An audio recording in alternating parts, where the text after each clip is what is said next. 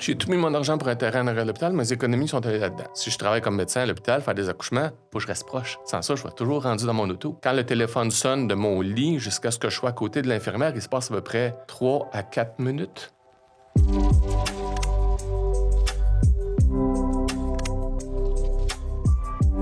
Bonjour et bienvenue à un tout nouvel épisode d'Entre tête et cœur. Et aujourd'hui, j'ai la grande chance de m'entretenir avec un homme plus grand que nature.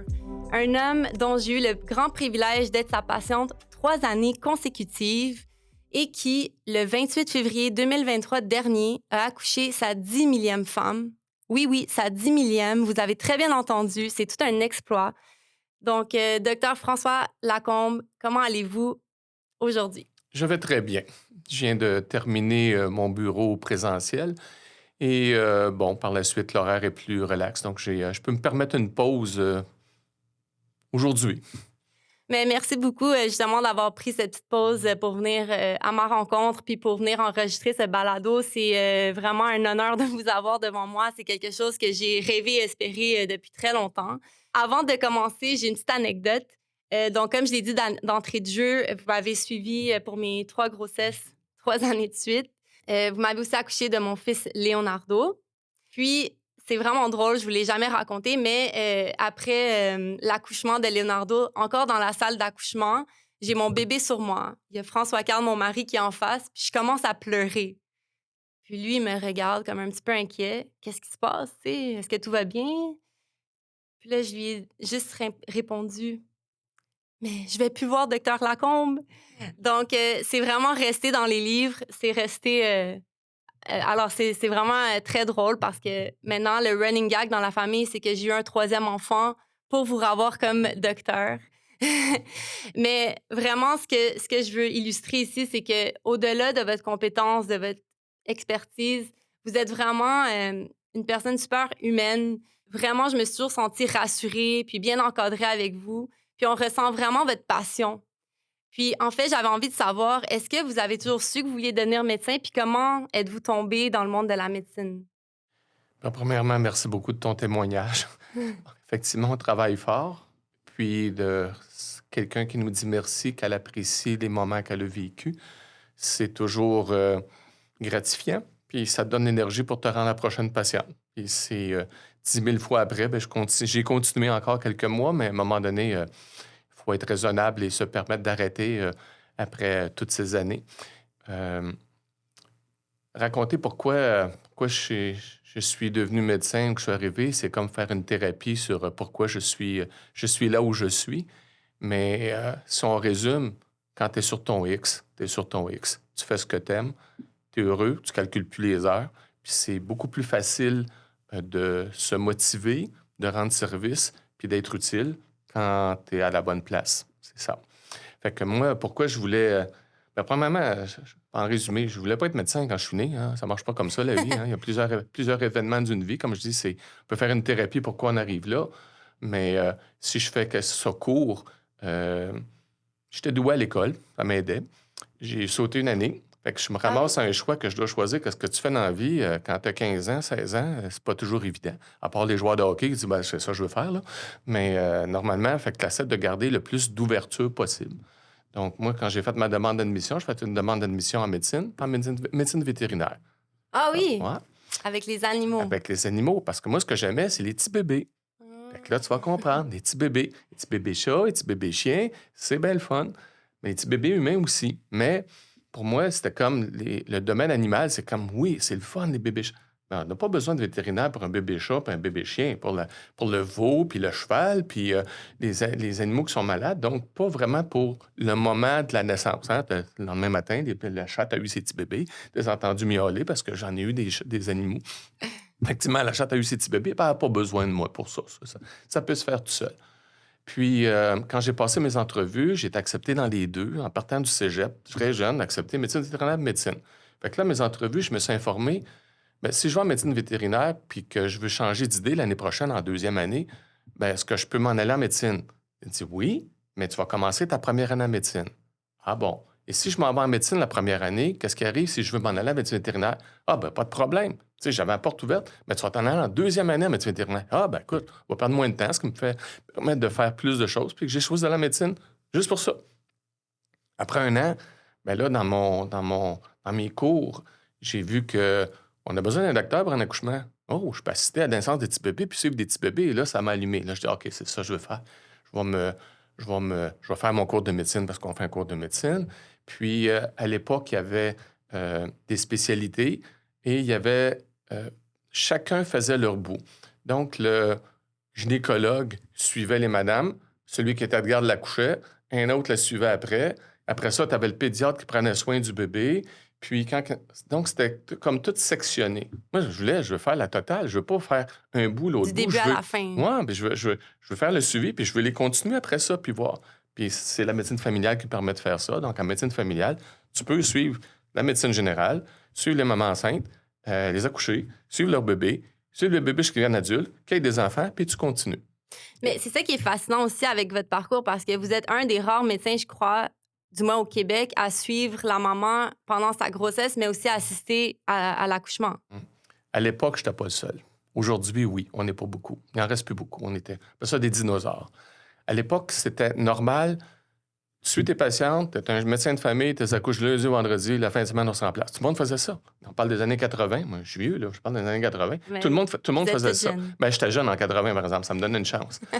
Fait que tout le monde faisait ça. C'était comme normal. J'avais pas d'autre option. Par la suite, les générations ont suivi. Et là, c'est pas une vie, ça.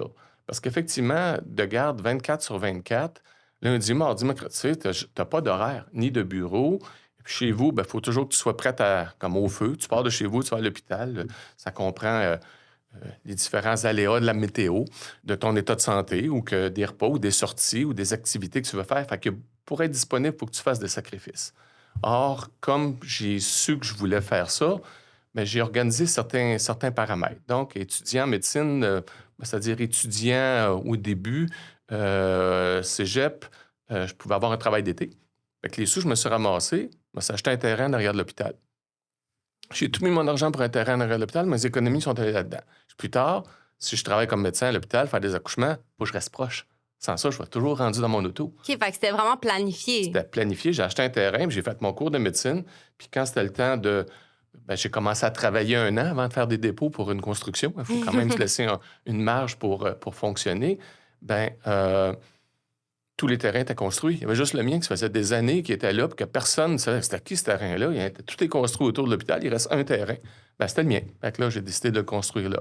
Donc, la première année que j'ai pratiqué, je restais à Montréal. Je n'ai fait du chemin et j'ai couché à l'hôpital souvent parce que tu as une patiente la nuit, il neige, je ne peux pas m'en aller chez nous, je n'aurais pas le temps de revenir. Donc, je partais avec mon stock, puis je couchais là, puis je prenais ma douche, j'amenais mon linge, je repartais au bureau, je retournais. Écoute, c'était une vie de fou, mais je savais que la maison se construisait, que j'aurais pu faire ça. Mais quelqu'un qui fait ça sans s'organiser un déplacement rapide et efficace, c'est comme très difficile. C'est quasiment impossible. Ben, c'est possible, mais tu ne fais pas longtemps.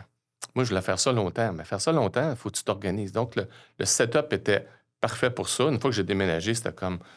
je reste en arrière de l'hôpital. C'est carrément... Quand le téléphone sonne de mon lit jusqu'à ce que je sois à côté de l'infirmière, il se passe à peu près 3 à 4 minutes. Oh mon Dieu, OK, c'est vraiment dans la cour de l'hôpital. C'est vraiment... Puis c'est pas long. Moi, je suis pas long, hein. Je stationne même mon auto pour être prête à partir. Puis comme j'ai eu des enfants dans les années qui ont suivi, le trajet entre mon lit puis mon auto, il est dégagé. Donc, ça peut traîner partout, mais je peux, les yeux fermés, je sais que je ne déboulerai pas dans les escaliers, je ne m'affacherai pas dans rien. J'ai un trajet toujours planifié pour ça. Ça veut aussi dire être disponible et les moyens de communication dans les années 80, c'était pas comme aujourd'hui. Hein? On n'avait pas d'Internet, on n'avait pas de cellulaire. Je me rappelle le premier téléphone cellulaire fixe, ça avait l'air d'un walkie-talkie de l'armée qui était dans l'automobile. Et je devais, avant d'avoir ça, on avait des beepers. Et là, je devais trouver des téléphones où il y a des stations-service avec mettre 25 sous dedans. Hein, ça n'existe plus, ça. Les téléphones avec fil comme de belles. Oui, mais je veux dire, fallait que je trouve un téléphone. Donc, quand je partais de chez nous, sur mon trajet, il fallait que je sache où est-ce qu'il y avait des téléphones si on me bipait. Après ça, on a eu des téléphones parlants qui nous disaient juste nous rappeler parce qu'on ne savait pas si c'était urgent ou pas. Juste me dire quelqu'un qui est arrivé ou tu t'en viens tout de suite, c'est pas le même message. Et il y avait des codes de bip, bip, bip, 3 bip, que c'était comme, viens tout de suite, là, laisse faire appeler, il faut que tu t'en viennes. Fait qu'on fonctionnait avec des codes comme ça. Fait que le premier téléphone, j'étais le premier à l'acheter. Puis aussitôt qu'on a eu des sans-fils, puis ça, écoute, j'ai tout le temps suivi la technologie pour ça parce que c'était ma liberté. Ma liberté de pouvoir me promener où ce que je Puis de pouvais. communiquer, puis qu'on vous rejoigne. D'aller magasiner au centre d'achat, d'aller au resto, quelque chose que je puisse au moins qu'on puisse me rejoindre, puis pouvoir me déplacer sans courir après un téléphone que je puisse rappeler ou d'avoir des bip, bip, bip partout. Par contre, le téléphone, c'est partout. Quand je rentre dans la maison, le téléphone est encore après moi. Votre travail Je m'en vous vais dans la suit. salle de bain, le téléphone est dans la salle de bain. Je m'en vais dans la cuisine, le téléphone, il me suit. Puis quand je suis pas de garde, la première chose que je fais, c'est que je le ferme. Mais sans ça, quand tu es de garde, il est toujours allumé. Mais- Puis il faut que je le mette à la charge la nuit parce qu'il faut qu'il recharge pendant la nuit. Si je pars, je repars avec. Donc, il rechargeait tout le temps. Fait que... Mais d'ailleurs, ça m'amène à une question que j'avais, parce que vous avez dit, dans le fond, ça, vous avez fondé une famille à travers ça. Mais comment vous avez fait pour fonder une famille, pour vous occuper de, on va dire, de votre vie sociale en dehors du travail, alors que vous aviez plusieurs heures consacrées à votre travail? Donc, comment on fait pour réussir les deux? Ça s'appelle la bonne conjointe. Et la bonne conjointe, ça fait 41 ans que je suis avec. Et je l'ai connue Félicitations. pendant que j'étais étudiant. Ah Donc, elle savait comment je fonctionnais. C'était ça que je voulais faire, c'était ça qu'on faisait. Le terrain était acheté. C'est officiel que je ferais ça. Puis à ce temps-là, c'était comme lundi, vendredi, 24 heures sur 24, c'est comme ça. Donc, il n'y a pas eu de surprise. C'était comme ça. Mais il faut dire que les tâches, elle en a pris beaucoup. Je ne pouvais pas me couper ma disponibilité ou quand je le faisais, c'était pour exceptionnel. Il fallait que je sois très disponible. Mais je devais libérer pour des périodes que je calculais. Donc, quand il y a un spectacle à voir, il faut que ça soit à la fin de semaine. Il ne faut pas que je sois de garde. Prends pas un spectacle le jeudi soir, aller au cinéma le jeudi soir. Oublie ça, je ne fais pas ça. Je ne ferai pas ça. Les enfants, ils ont un spectacle de fin d'année. Là, il fallait que je me libère. Et là, c'était compliqué. Là, je me faisais couvrir. J'étais disponible, mais si jamais je n'avais pas le temps de me rendre, j'avais un confrère qui allait à ma place. Donc, c'était tout le temps compliqué. Donc, j'ai essayé, au cours de ma vie, de garder mes obligations parentales le mieux que je pouvais. Mais c'est ma conjointe qui a tout fait, honnêtement. D'où l'importance d'avoir une bonne alliée, un bon allié, Très bon allié. très bon allié. Un bon allié avec des ententes que, bon, il faut prendre des vacances à un moment donné, ça peut pas être 52 semaines de même.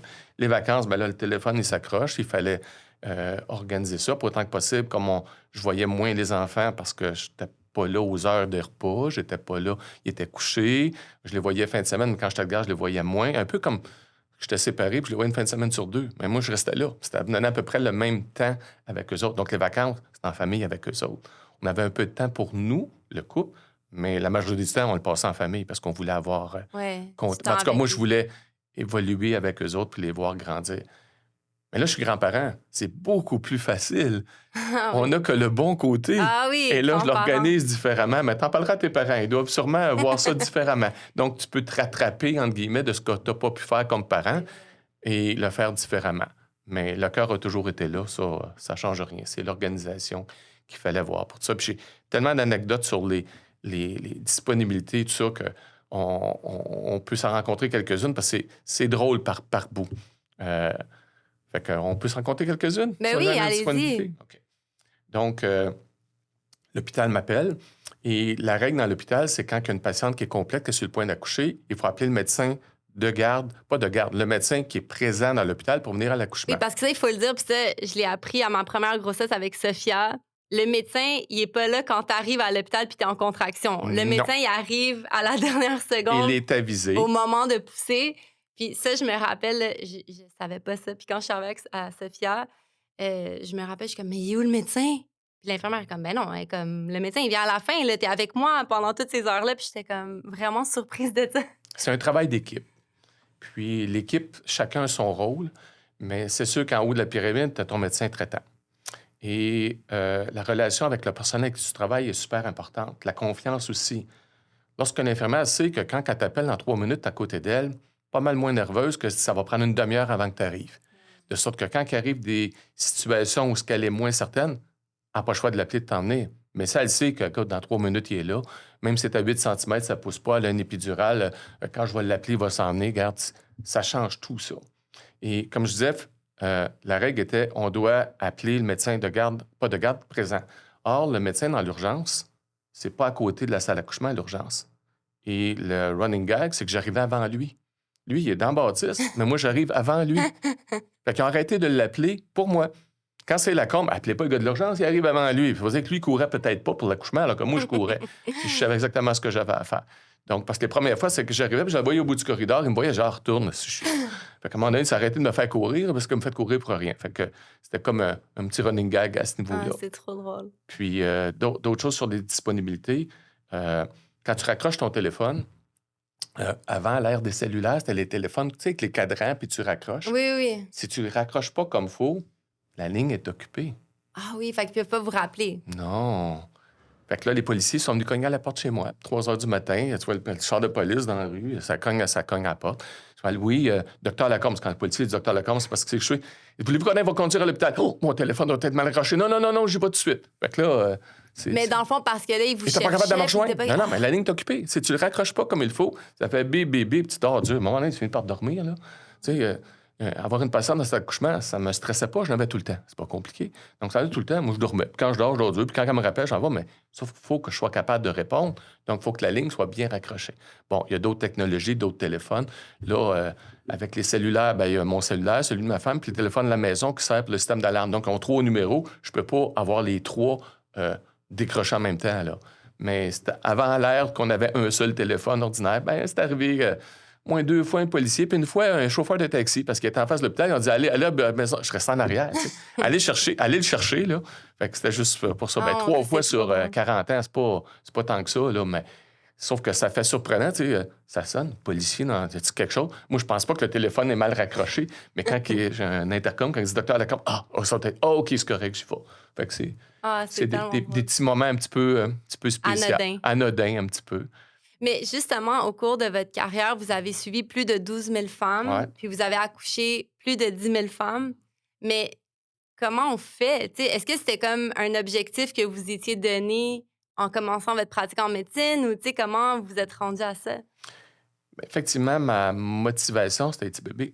De sorte que quand j'ai commencé à pratiquer, je veux une clientèle d'obstétrique. Il faut que tu te fasses connaître, il faut que tu sois disponible. Il faut que tu prennes ceux qui viennent. Mais regarde, moi, je ne trie pas. Il y en a une de plus cette semaine. Moi, je rajoutais.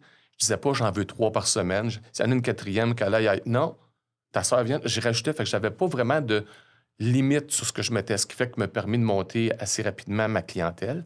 Il y a aussi le fait que quand je suis arrivé, il y a un médecin qui faisait depuis à peu près 11 ans 200 accouchements par année, quittait. Fait que j'ai pris sa clientèle. Et je l'ai eu en formation à ma dernière année de stage assisté. Fait qu'il savait j'étais qui, il savait ce que je voulais faire. Je dis, je vais apprendre ta clientèle. Moi, j'ai pris tout. Puis j'ai dit, comme il partait le 31 août, je commençais le 1er juillet, je dis, écoute, les 2 derniers mois de ta pratique, la dernière visite de ta patiente, je vais aller voir dans ton bureau. Comme ça, la visite d'après vient avec moi. Fait que je prends connaissance du dossier, je rencontre la patiente, permet de faire le premier contact, je fais le suivi. Puis en plus de ça, pour être sûr qu'il me fasse le plus confiance, je vais être disponible 7 jours sur 7. Donc, vous êtes sûr à 100 que je vais être là. Je reste en arrière de l'hôpital, je vais être là tout le temps. Mais je fais ça pour ses patientes à lui, parce que je voulais agripper... Gagner leur confiance. Oui, puis qu'eux autres vont m'envoyer... Écoute, ça fait 11 ans qu'il est dans le domaine, toutes ses amies, je vais pouvoir me monter une clientèle à partir... J'avais vraiment l'idée d'en suivre beaucoup. Fait que je voulais être connu, puis comment je vais me faire connaître? Je suis là tout le temps. Mais là, je leur ai dit, si vous venez à votre deuxième, je vais être là la semaine, pas seulement la fin de semaine, mais votre premier, là, je vais être là. Et comme les patientes étaient avancées, n'étaient pas au début de leur grossesse, parce qu'ils avaient arrêté de suivre des nouvelles grossesses, il y en a eu jusqu'au fin décembre, jusqu'au 31 décembre. Donc, le premier accouchement que j'ai eu, c'était le 13 août 84. La patiente que j'ai accouchée au mois d'août, je la suivais quand j'étais résident, donc je n'étais pas encore patron. Puis que j'ai dit, écoute, je vais être patron à partir de juillet, tu vas accoucher à Laval, parce que je la suivais à Sacré-Cœur, j'étais en stage à Sacré-Cœur. J'ai dit, écoute, je vais te suivre après. Puis je la suis encore, cette patiente-là. Ah oui? Oui. Elle a même appelé son garçon François. 13 août 84, ouais. Il doit se reconnaître s'il écoute le balado. J'en ai un, François. Je l'appelle François numéro 1. Fait que ça a été le premier que j'ai accouché. Et à partir de septembre, parce que là, au début, quand tu commences à suivre une patiente, tes premiers accouchements se font 6 mois après. Fait que j'ai commencé à suivre des grossesses de façon plus importante à partir de juillet. Donc, ils vont accoucher janvier, février, mars. De sorte que toute l'automne, c'était mes patientes de mon confrère ou quelques-unes que j'avais suivies comme étudiant. Donc, au mois d'août, j'en ai accouché 3. Et la 3e, je vais en parler pourquoi tantôt. Puis à partir de septembre, ben là, je me suis mis à coucher les patientes de mon confrère qui en suivait 200 par année. Mais entre le 13 août puis le 28 décembre 84, j'ai accouché 153 patients. 7 jours sur 7, 24 heures sur 24. J'étais un peu vert pâle. Pourquoi je me rappelle du 28 décembre? C'est que cette journée-là, je faisais du bureau. Parce qu'en Noël, le jour de l'an, il y a des journées de congé, fériés, secrétaires sont en congé. Puis j'ai des suivis de grossesse à la dernière semaine, au dernier mois, on le va aux semaines. Fait qu'il fallait que je donne des disponibilités. Donc, c'était ma journée, en Noël, journée que je faisais du bureau. Et j'ai accouché 12 patientes cette journée-là.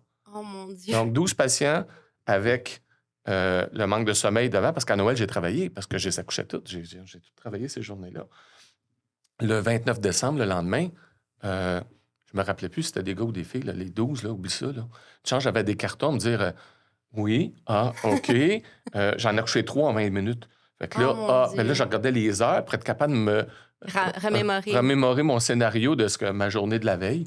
Parce que c'était free for all, mais la job, ça a tout bien été. Sauf que c'est de se rappeler, as-tu des points? Il fallait que je regarde mes cartons, je m'étais mis des notes. Juste savoir si c'est un gars ou une fille, il fallait regarder la tuque ou bien que je regarde mon carton. Ben, habituellement, je suis capable de me rappeler si c'est un Oui, garçon mais ou là, une on fille. comprend. Mais Là, on comprend que c'était trop en peu de temps avec je veux pas lâcher. Et c'était les dernières patientes du médecin que j'ai remplacé. Je peux le nommer, Dr. Claude Ménard, qui est à sa retraite aujourd'hui, qui, je crois, était content d'avoir quelqu'un qui prenait qui prend charge de... la regarde, relève. je les ai gâtés, ces patients. Regarde, je les fais toutes, puis je les ai continuées par la suite. Donc, c'est ce que je voulais. Après ça, j'ai tombé un horaire que mes confrères jugeaient humain, 5 jours sur 7, avec une fin de semaine par mois. Donc, 6 jours de congé par mois, c'est pas beaucoup. C'est certain que si on suit 3 grossesses par semaine, je vais avoir 3 accouchements par semaine. Ben, j'en suivais 300, 350, c'est une par jour. Donc, en termes pratiques, j'ai toujours quelqu'un. Dans les années 80, les patientes restaient 4 à 5 jours à l'hôpital.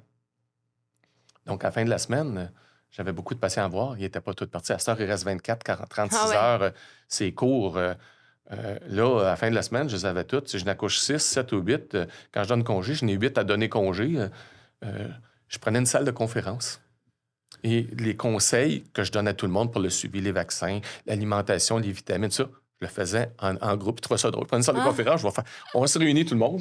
D'ailleurs, vous êtes probablement rencontrés dans la salle d'attente dans le dernier mois, parce que comme je partais à la salle d'accouchement, il y avait des retards. Il y avait beaucoup de patientes dans les salles d'attente. J'appelle ça, il manquait juste le feu de camp. Il s'installait puis jasait en attendant que j'arrive. Puis quand j'arrivais, ben là, il savait exactement dans quelle heure il était. C'était tout dit à quelle heure le rendez-vous.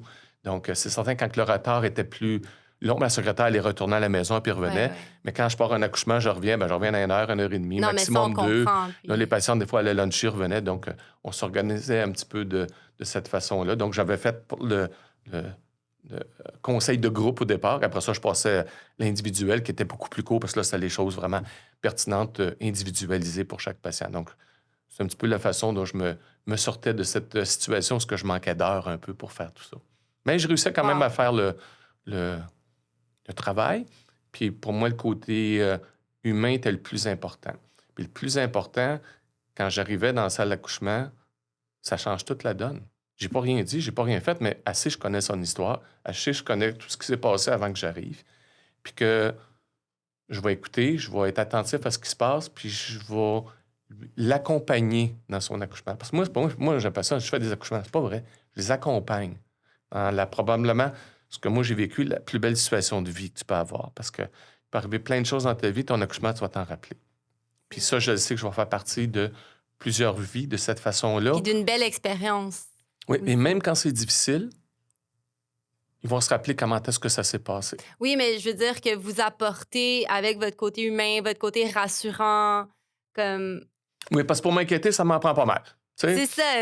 Vous arriviez, moi, je me rappelle, comme un peu quasiment nonchalant, comme super. Fait que, pour une femme enceinte qui est comme, surtout la première fois, t'es vraiment stressée, puis c'est un peu, c'est l'inconnu. Mais là, vous arrivez, puis c'était comme, OK, vous étiez apaisant juste par votre démarche, votre présence. Mais ça fait partie de... Tu as tout le temps quelqu'un qui est en travail, tu as tout le temps quelqu'un sur l'accouchement, tu es toujours prêt à partir. Si ça t'inquiète puis ça te stresse, change de job. J'ai la plupart des confrères, consoeurs qui suivaient moins de patients ont passé une carrière stressée. Quand il y avait quelqu'un, tu n'es pas capable de dormir, dormais pas bien. Et ça se reflète quand tu es inquiet, anxieux ou moins certain de toi. Les patients le ressentent. Ça, c'est du côté humain. c'est intuitif. Tu as un médecin que tu connais pas, qui est super bon, très compétent, tu vas être inquiète. L'autre va être inquiet. Il va en faire... Puis à chaque fois que tu en fais un petit peu plus, il va dire, pourquoi ça? Pourquoi? Et le pourquoi augmente l'inquiétude. Quand tu n'as plus ce pourquoi-là, il me connaît, il va faire ce qu'il faut. Puis moi, ben là, je tenais ça comme exemple, je mange 3 repas par jour, je fais 1 ou 2 accouchements, fait que ça t'énerve-tu de les manger? Non. Ben moi, ça ne m'énerve pas de faire un accouchement. Ben c'est exactement ça. Quand tu as cette attitude-là, ça paraît. L'autre chose, ben écoute, c'est pas toujours pas bien, c'est un accouchement par expérience, 8 fois sur 10, j'ai rien à faire. Je fais carrément du humain. J'ai rien comme docteur. La nature fait ça normal, 8 fois sur 10. Sauf que le 2 fois sur 10, je ne sais pas c'est qui ça va arriver. Et quand ça arrive, il y a des situations ou des pathologies fréquentes, d'autres plus rares, mais quand tu es exposé de façon importante, tu finis par les accrocher, tu finis par avoir des patterns, tu finis par je l'ai déjà vu, je l'ai déjà vécu. Les premières fois, c'est toujours un peu stressant. Moi, être honnête, les premières fois. À un moment donné, les premières fois, ça devient plus stressant. Un exemple simple, un accouchement par siège. Dans les années 80, on accouchait tous les sièges. On avait ce qu'on appelle une pelvimétrie, des radiographies, des techniques pour vérifier si elle pouvait accoucher. Ça, c'est quand le bébé, au lieu Présente par les fesses, par les fesses au lieu de la tête. au lieu de la tête. Et j'ai une nuit que j'ai accouché 3 patientes par le siège. 3 accouchements de siège. Et la troisième, elle, c'était une patiente d'un confrère parce que c'était une fin de semaine. Elle m'a demandé, parce que j'étais le dernier rentré à la clinique, j'étais donc le plus jeune, puis comme j'étais jeune, j'étais vraiment jeune. Et avez-vous déjà fait ça? Vous êtes la troisième depuis minuit. J'étais-tu fier de pouvoir réaliser? Ça fait 3 fois que j'accouche des sièges avant minuit. Fait que c'est... Plus tu es exposé, plus tu vas devenir rassurant. Plus tu es rassurant, plus les patientes vont être moins inquiètes, vont être plus calmes. Ils sont plus calmes, la pression baisse, ils sont moins souffrantes. Toute l'expérience, tu changes la donne, tu changes tout ce qu'il y a autour. Puis durant, là, c'est récent des années 94-95 qu'on en fait régulièrement. Avant ça, il n'y en avait pas. Mais seulement tout, qu'est-ce qu'ils faisaient? Ils respiraient. On avait des calmants, mais c'était jamais « oh ». Et là, j'avoue que j'avais beaucoup plus d'heures présentes pour, des fois, juste faire un tour pour le calmer avant de retourner au bureau, puis retourner voir. Là, avec l'épidurale, ils sont calmes, ils sont corrects, les signes vitaux sont beaux. Avec la technologie, l'Internet, quand on a installé les moniteurs, écoute, la patiente en travail, le moniteur, je n'ai un écran au bureau, tout le monitoring est là. Donc, chaque fois que l'infirmière te voit, mets ton examen, mets tes signes vitaux, le cœur du bébé, je l'ai en temps réel là. Je l'avais sur un laptop chez nous. Donc, quand si les patientes étaient en travail, je savais en temps réel si le cœur ne va pas bien, s'il y a quelque chose, l'infirmière bosse, s'il y a quelque chose, s'il y a l'examen, je peux suivre. Bon, j'ai dû faire un compromis avec ma conjointe. Moi, j'aimais ça l'avoir sur ma table de chevet, mais ça faisait une veilleuse dans la chambre. Je devais le mettre par terre et me tourner de côté pour regarder mon écran. Fait que, quand j'avais besoin. Encore là, ça démontre vraiment votre grande passion. Là. C'est vraiment fascinant. Mais je me demandais, parce que pour vous, c'est rendu un peu banal, on va dire, accompagner les femmes dans les accouchements. Mais quand même, vous êtes aux premières loges quand un enfant vient au monde. Mais ça doit être tellement spécial. Comment vous le vivez? Bon, je vais corriger, c'est pas banal. C'est unique à chaque fois. Même quand elle vient pour son deuxième, même si ça fait 10 000 fois que je vois là, c'est unique à chaque fois. Comme j'ai dit, le 2 sur 10 qui va pas bien, je ne sais pas avant. Donc, il faut que je sois alerte. Il faut que je sois attentif, il faut que je fasse mon travail. Puis, il faut que je sois rassurant pour la patiente. Pour la partie rassurante, je ne suis pas pire que ça. Capable de gérer. Si c'est quelque chose qui ne va pas, puis je m'aperçois qu'elle se rend compte que ça ne va pas ou que je dois la mettre au courant parce qu'il y a quelque chose, je vais lui dire, bon, il y a telle situation, pas nécessairement grave, mais ça se peut qu'il y ait des problèmes et ça se peut qu'on doive intervenir différemment ou que, pas sûr que le bébé va passer, ça se peut qu'on ait une césarienne, mais il faut que je te laisse une chance d'accoucher. On va faire telle chose pour te permettre d'y arriver. Donc, j'ai passé un travail d'équipe, d'ouverture, puis je ne cache rien au patient. Bon, je ne cacherai pas que je surveille tout le temps, mais sans doute bien que je surveille mon affaire. Mais c'est quelque chose qui ne va pas, puis qui n'a pas besoin d'intervenir, bien, je vais continuer de surveiller. Il n'y a pas de raison d'intervenir. Donc, vous avez toujours été transparent avec vos patientes. Oui, c'est d'être transparent puis de leur expliquer. Puis si je dis, je ne suis pas sûr que ça va marcher, mais on va l'essayer. Puis si jamais ça ne marche pas, bien, je vais arrêter. Je ne suis pas obligé. Moi, je veux que tu sortes ton bébé comme il faut. Puis si je vois que ça ne marche pas, mais ça vaut la peine de l'essayer parce qu'il y a des chances que ça marche. Puis j'ai déjà vu. Après une couple de centaines de fois, si je l'ai déjà vu, à un moment donné, j'ai tout vu, là, regarde. Ça, je peux pas le dire que ça va marcher, mais quand ça marche, c'est le fun. Si ça marche pas, bien, je vais l'arrêter. Puis j'ai des signes qui ne vont pas, je te dis c'est quoi mes signes, puis je vais l'arrêter là. Fait que c'est rassurant de savoir quelqu'un capable de te guider, d'être transparent, puis de te laisser aussi faire ce que tu veux. Par contre, j'ai des patientes qui sont plus Tout le monde est différent. Peut être plus inquiète, veut pas accoucher de façon naturelle, qui préfère une césarienne, parce qu'il y en a que c'est le cas. D'autres qui veulent accoucher à tout prix. OK, donc c'est possible une personne qui veut pas, même essayer par voie, naturelle puis qui décide de juste une césarienne, Non, dès on le va lui départ? laisser une chance. OK. Sauf que jusqu'où je vais pousser elle pour qu'elle accouche naturelle? Si je vois qu'il y a des signes, je peux arrêter là. Je suis pas obligé de me rendre jusqu'au bout. Celle qui veut que j'aille jusqu'au bout, j'ai comme une marge de manœuvre que je peux adapter à la patiente. Et ça, qu'elle le sache, puis qu'elle sache que je suis au courant, ça fait une différence. Tu sais, moi, je veux que ça aille bien, c'est pas compliqué un ou l'autre. C'est la réponse habituelle, je dois dire. Mais on a des extrêmes aussi. Donc, être capable de gérer les extrêmes, puis de mettre des limites aux deux extrêmes en disant j'ai une césarienne avant qu'elle accouche. Bien, j'en ai qui m'ont dit ça, mais ça donne que le bébé est en siège. Je suis pas obligé de t'accoucher d'un siège. Je ferai même pas les tests avant de faire une césarienne. On ne essaiera même pas de le tourner. Elle est contente, c'est ça qu'elle veut. Puis c'est qu'elle dit je vais accoucher à tout prix. Bien, le siège, je suis pas sûr qu'il va tourner, mais on va essayer de le tourner. S'il tourne parfait, on va. Tu sais, donc, on a une marge qu'on peut aller. Puis ça, les patients apprécient qu'on individualise le traitement avec sa volonté, tout en respectant le contrat de base, c'est je veux un bébé correct, moi. D'autant que le bébé correct, toujours arranger que tu sois correct aussi, c'est bien sûr. Puis si j'ai des indices qui permettent d'intervenir, je vais le faire. Mais le côté humain, c'est d'être à l'écoute. Wow, c'est vraiment touchant. Vous avez 38 ans, je crois, de pratique. Je peux te corriger. Là, quand on dit 10 000 accouchements, il y en a plusieurs qui disent ah, moi, je l'ai fait 5 000, fait 6 000, fait 10 000. Moi, j'ai le chiffre. Puis là, ils se demandent comment ça se fait, un chiffre de ton nombre d'accouchements. C'est malade, ça marche pas. Mais quand j'ai commencé ma pratique, comme j'ai dit, le confrère qui était avant moi, bon, il n'y a pas d'ordinateur. Même, il a même commencé, je ne crois pas que l'assurance maladie a commencé à ce moment-là. Donc, le système de facturation qui était différent. Et il y avait une secrétaire qui était comptable. Donc, elle avait un cahier comptable. Toutes les patientes qui suivaient, elle inscrivait dans son cahier comptable. Quand elle accouchait, ben, elle marquait la date d'accouchement, elle marquait plein de paramètres. Puis, quand elle était payée, il marquait qu'elle était payée. Donc, ça servait de cahier comptable. Lui, quand il a terminé sa pratique, il savait comment il avait fait d'accouchement. Fait que moi, quand j'ai commencé ma pratique au même endroit, j'ai pris sa clientèle et sa secrétaire ne se trouvait pas d'emploi. Hey, moi, je l'ai engagé, sa secrétaire. J'ai la même secrétaire, j'ai le même bureau, j'ai même pris ses décors. Ses décors, c'est les cadres qu'il y avait, qui étaient un concours de photos des années 60, super beau, en noir et blanc, mais super beau. Pour l'époque, là, des années 80, quand on parle à cette heure, on a d'autres choses, là, mais... et quand elle allait à l'accouchement, pour ne pas salir nos souliers, puis vous êtes dans le domaine, il avait laissé une paire de souliers là, et on portait la même grandeur. J'avais même pris ses souliers. Donc, quand j'allais faire un accouchement, je mettais ses souliers. J'ai pris son bureau, Oh sa my secrétaire, God, ses c'est patients, trop puis ses drôle. souliers. C'est ça. Fait que là, ma secrétaire, j'ai acheté un cahier comptable, comme elle avait, puis je disais, pars un autre cahier avec moi. Fait que numéro 1, 2, 3, elle m'a tout mis mes accouchements. Et lorsque les ordinateurs qui n'étaient pas juste à Nason commençaient à être disponibles, ben, j'ai acheté un ordi, puis j'ai mis un fichier Excel, puis elle a rentré toutes celles qu'elle avait sur son cahier comptable, et elle a continué de l'inscrire jusqu'à sa retraite. Et lorsqu'elle a pris sa retraite, moi, j'ai continué à les inscrire parce qu'écoute, il y a 8000 clics dedans, on va continuer. Ou pas, et à chaque fois que j'allais coucher, quand j'arrive chez nous, ben, je mettais, puis le numéro se faisait automatiquement. Donc, je suis en mesure de dire que j'ai vraiment suivi 12 115 patientes, puis j'en ai accouché 10 087. Donc, le chiffre, c'est pas je pense avoir accouché. Non, je vais te nommer, je les ai toutes, je peux les imprimer, j'ai ça sur mon fichier Excel. Et Alors, mon nom est sur votre liste, hein? 3 fois. Votre nom, il y a pour 3 suivis, mais il y a un seul accouchement. C'est vrai, un an. Donc, sur les 10 087, il y a juste une fois.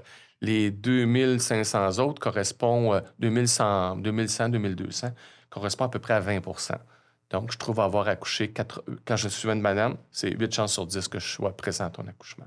Bon, c'est sûr que les 3 premiers mois, c'était 100 mais écoute, 3 mois, c'est 150 sur 10 000, là, ça paraît plus. Là. Fait que mon moyenne est vraiment de 80 C'est ce que je peux dire aux patients.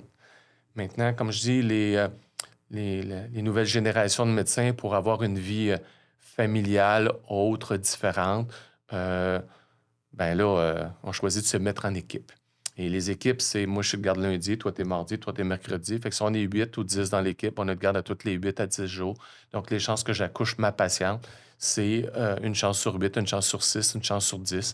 Lorsque je la provoque, ben, c'est de le faire une de mes journées, mais il faut qu'elle accouche avant 8 heures le lendemain matin parce que c'est un autre qui est de garde. Puis je ne vais pas y enlever son gagne-pain. Puis moi, il faut que j'aille au bureau après ça voir mes patients parce que comme je fais mes accouchements, ben, je ne fais pas de bureau.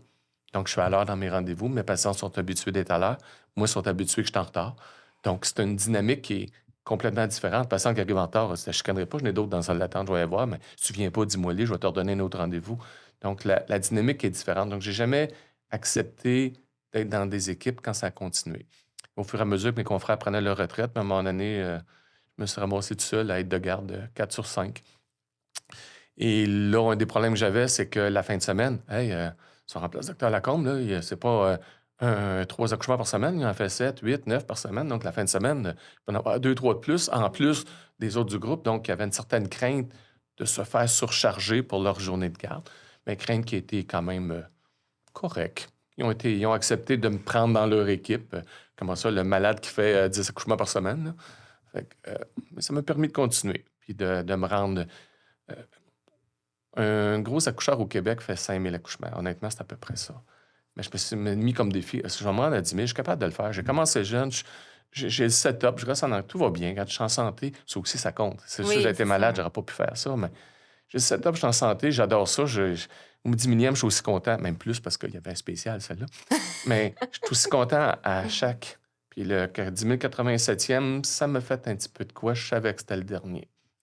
Puis pour être sûr d'en faire le max, parce que quand j'ai dit que j'arrêtais ma pratique le 30 juin 2023, 23. ben, il y en avait quelques-unes comme toi, je dis, ben, je pourrais pas.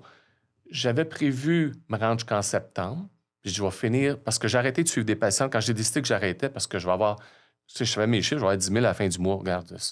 J'avais dit que je ferais ça, je vais arrêter là. Je veux dire, mais quand j'ai voulu donner ma démission de l'hôpital, comme quoi je libérais mes privilèges, ben, si je libère mes privilèges en septembre, j'empêche un nouveau médecin de rentrer. Les autres commencent en juillet. S'il va avoir ses prix sans ça, il sera 3 mois sans travailler. Ça ne marche pas quand tu commences ou tu travailles, ils vont te prendre une place. Donc, je pouvais, en libérant au 30 juin, permettre à un nouveau médecin au 1er juillet d'avoir des privilèges de travailler en obstétrique, car j'ai sacrifié les dernières patientes. Donc, tu fais partie du sacrifice pour Ouais. permettre d'avoir une continuité de service au département d'obstétrique. Donc, ça a été mon petit pincement. J'aurais aimé ça finir les derniers, mais Mais je c'est confirme comme... que ça a été un pincement pour Mhm. moi aussi parce que c'est ça, j'avais espoir que vous alliez assister ben, à la fin de ma grossesse, mais aussi à l'accouchement de mon petit Alessandro. Mais d'ailleurs, au cours de votre carrière, vous avez sûrement eu des histoires comme plus marquantes ou un peu farfelues. Est-ce qu'il y en a quelques-unes que vous aimeriez raconter qui vous Ah, ont j'en ai vraiment plein, j'en marqué? ai plein qui sont drôles. Parce que l'idée, c'est de s'amuser puis regarder Ben oui, ce qui était des beaux moments. un petit peu. Je parlais des policiers qui viennent à la porte, là, c'était un petit peu spécial. Mais qu'est-ce qu'il y a? Non, non, c'est pas. Il n'y a pas un vol auto, là. Il faut que j'aille à l'hôpital. De toute façon, elle était habituée. Tellement habituée que je partais, je revenais. Elle se rendait pas compte que je partais, je revenais. Elle n'entendait pas le téléphone. De toute façon, je répondais après un coup.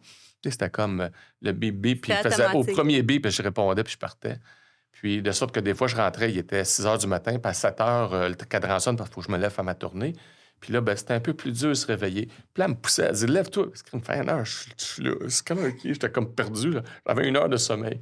Fait que c'est des petits moments loufoques. L'autre chose, c'est quand on est de garde, j'étais de garde aussi, je suivais au début de ma pratique la pédiatrie.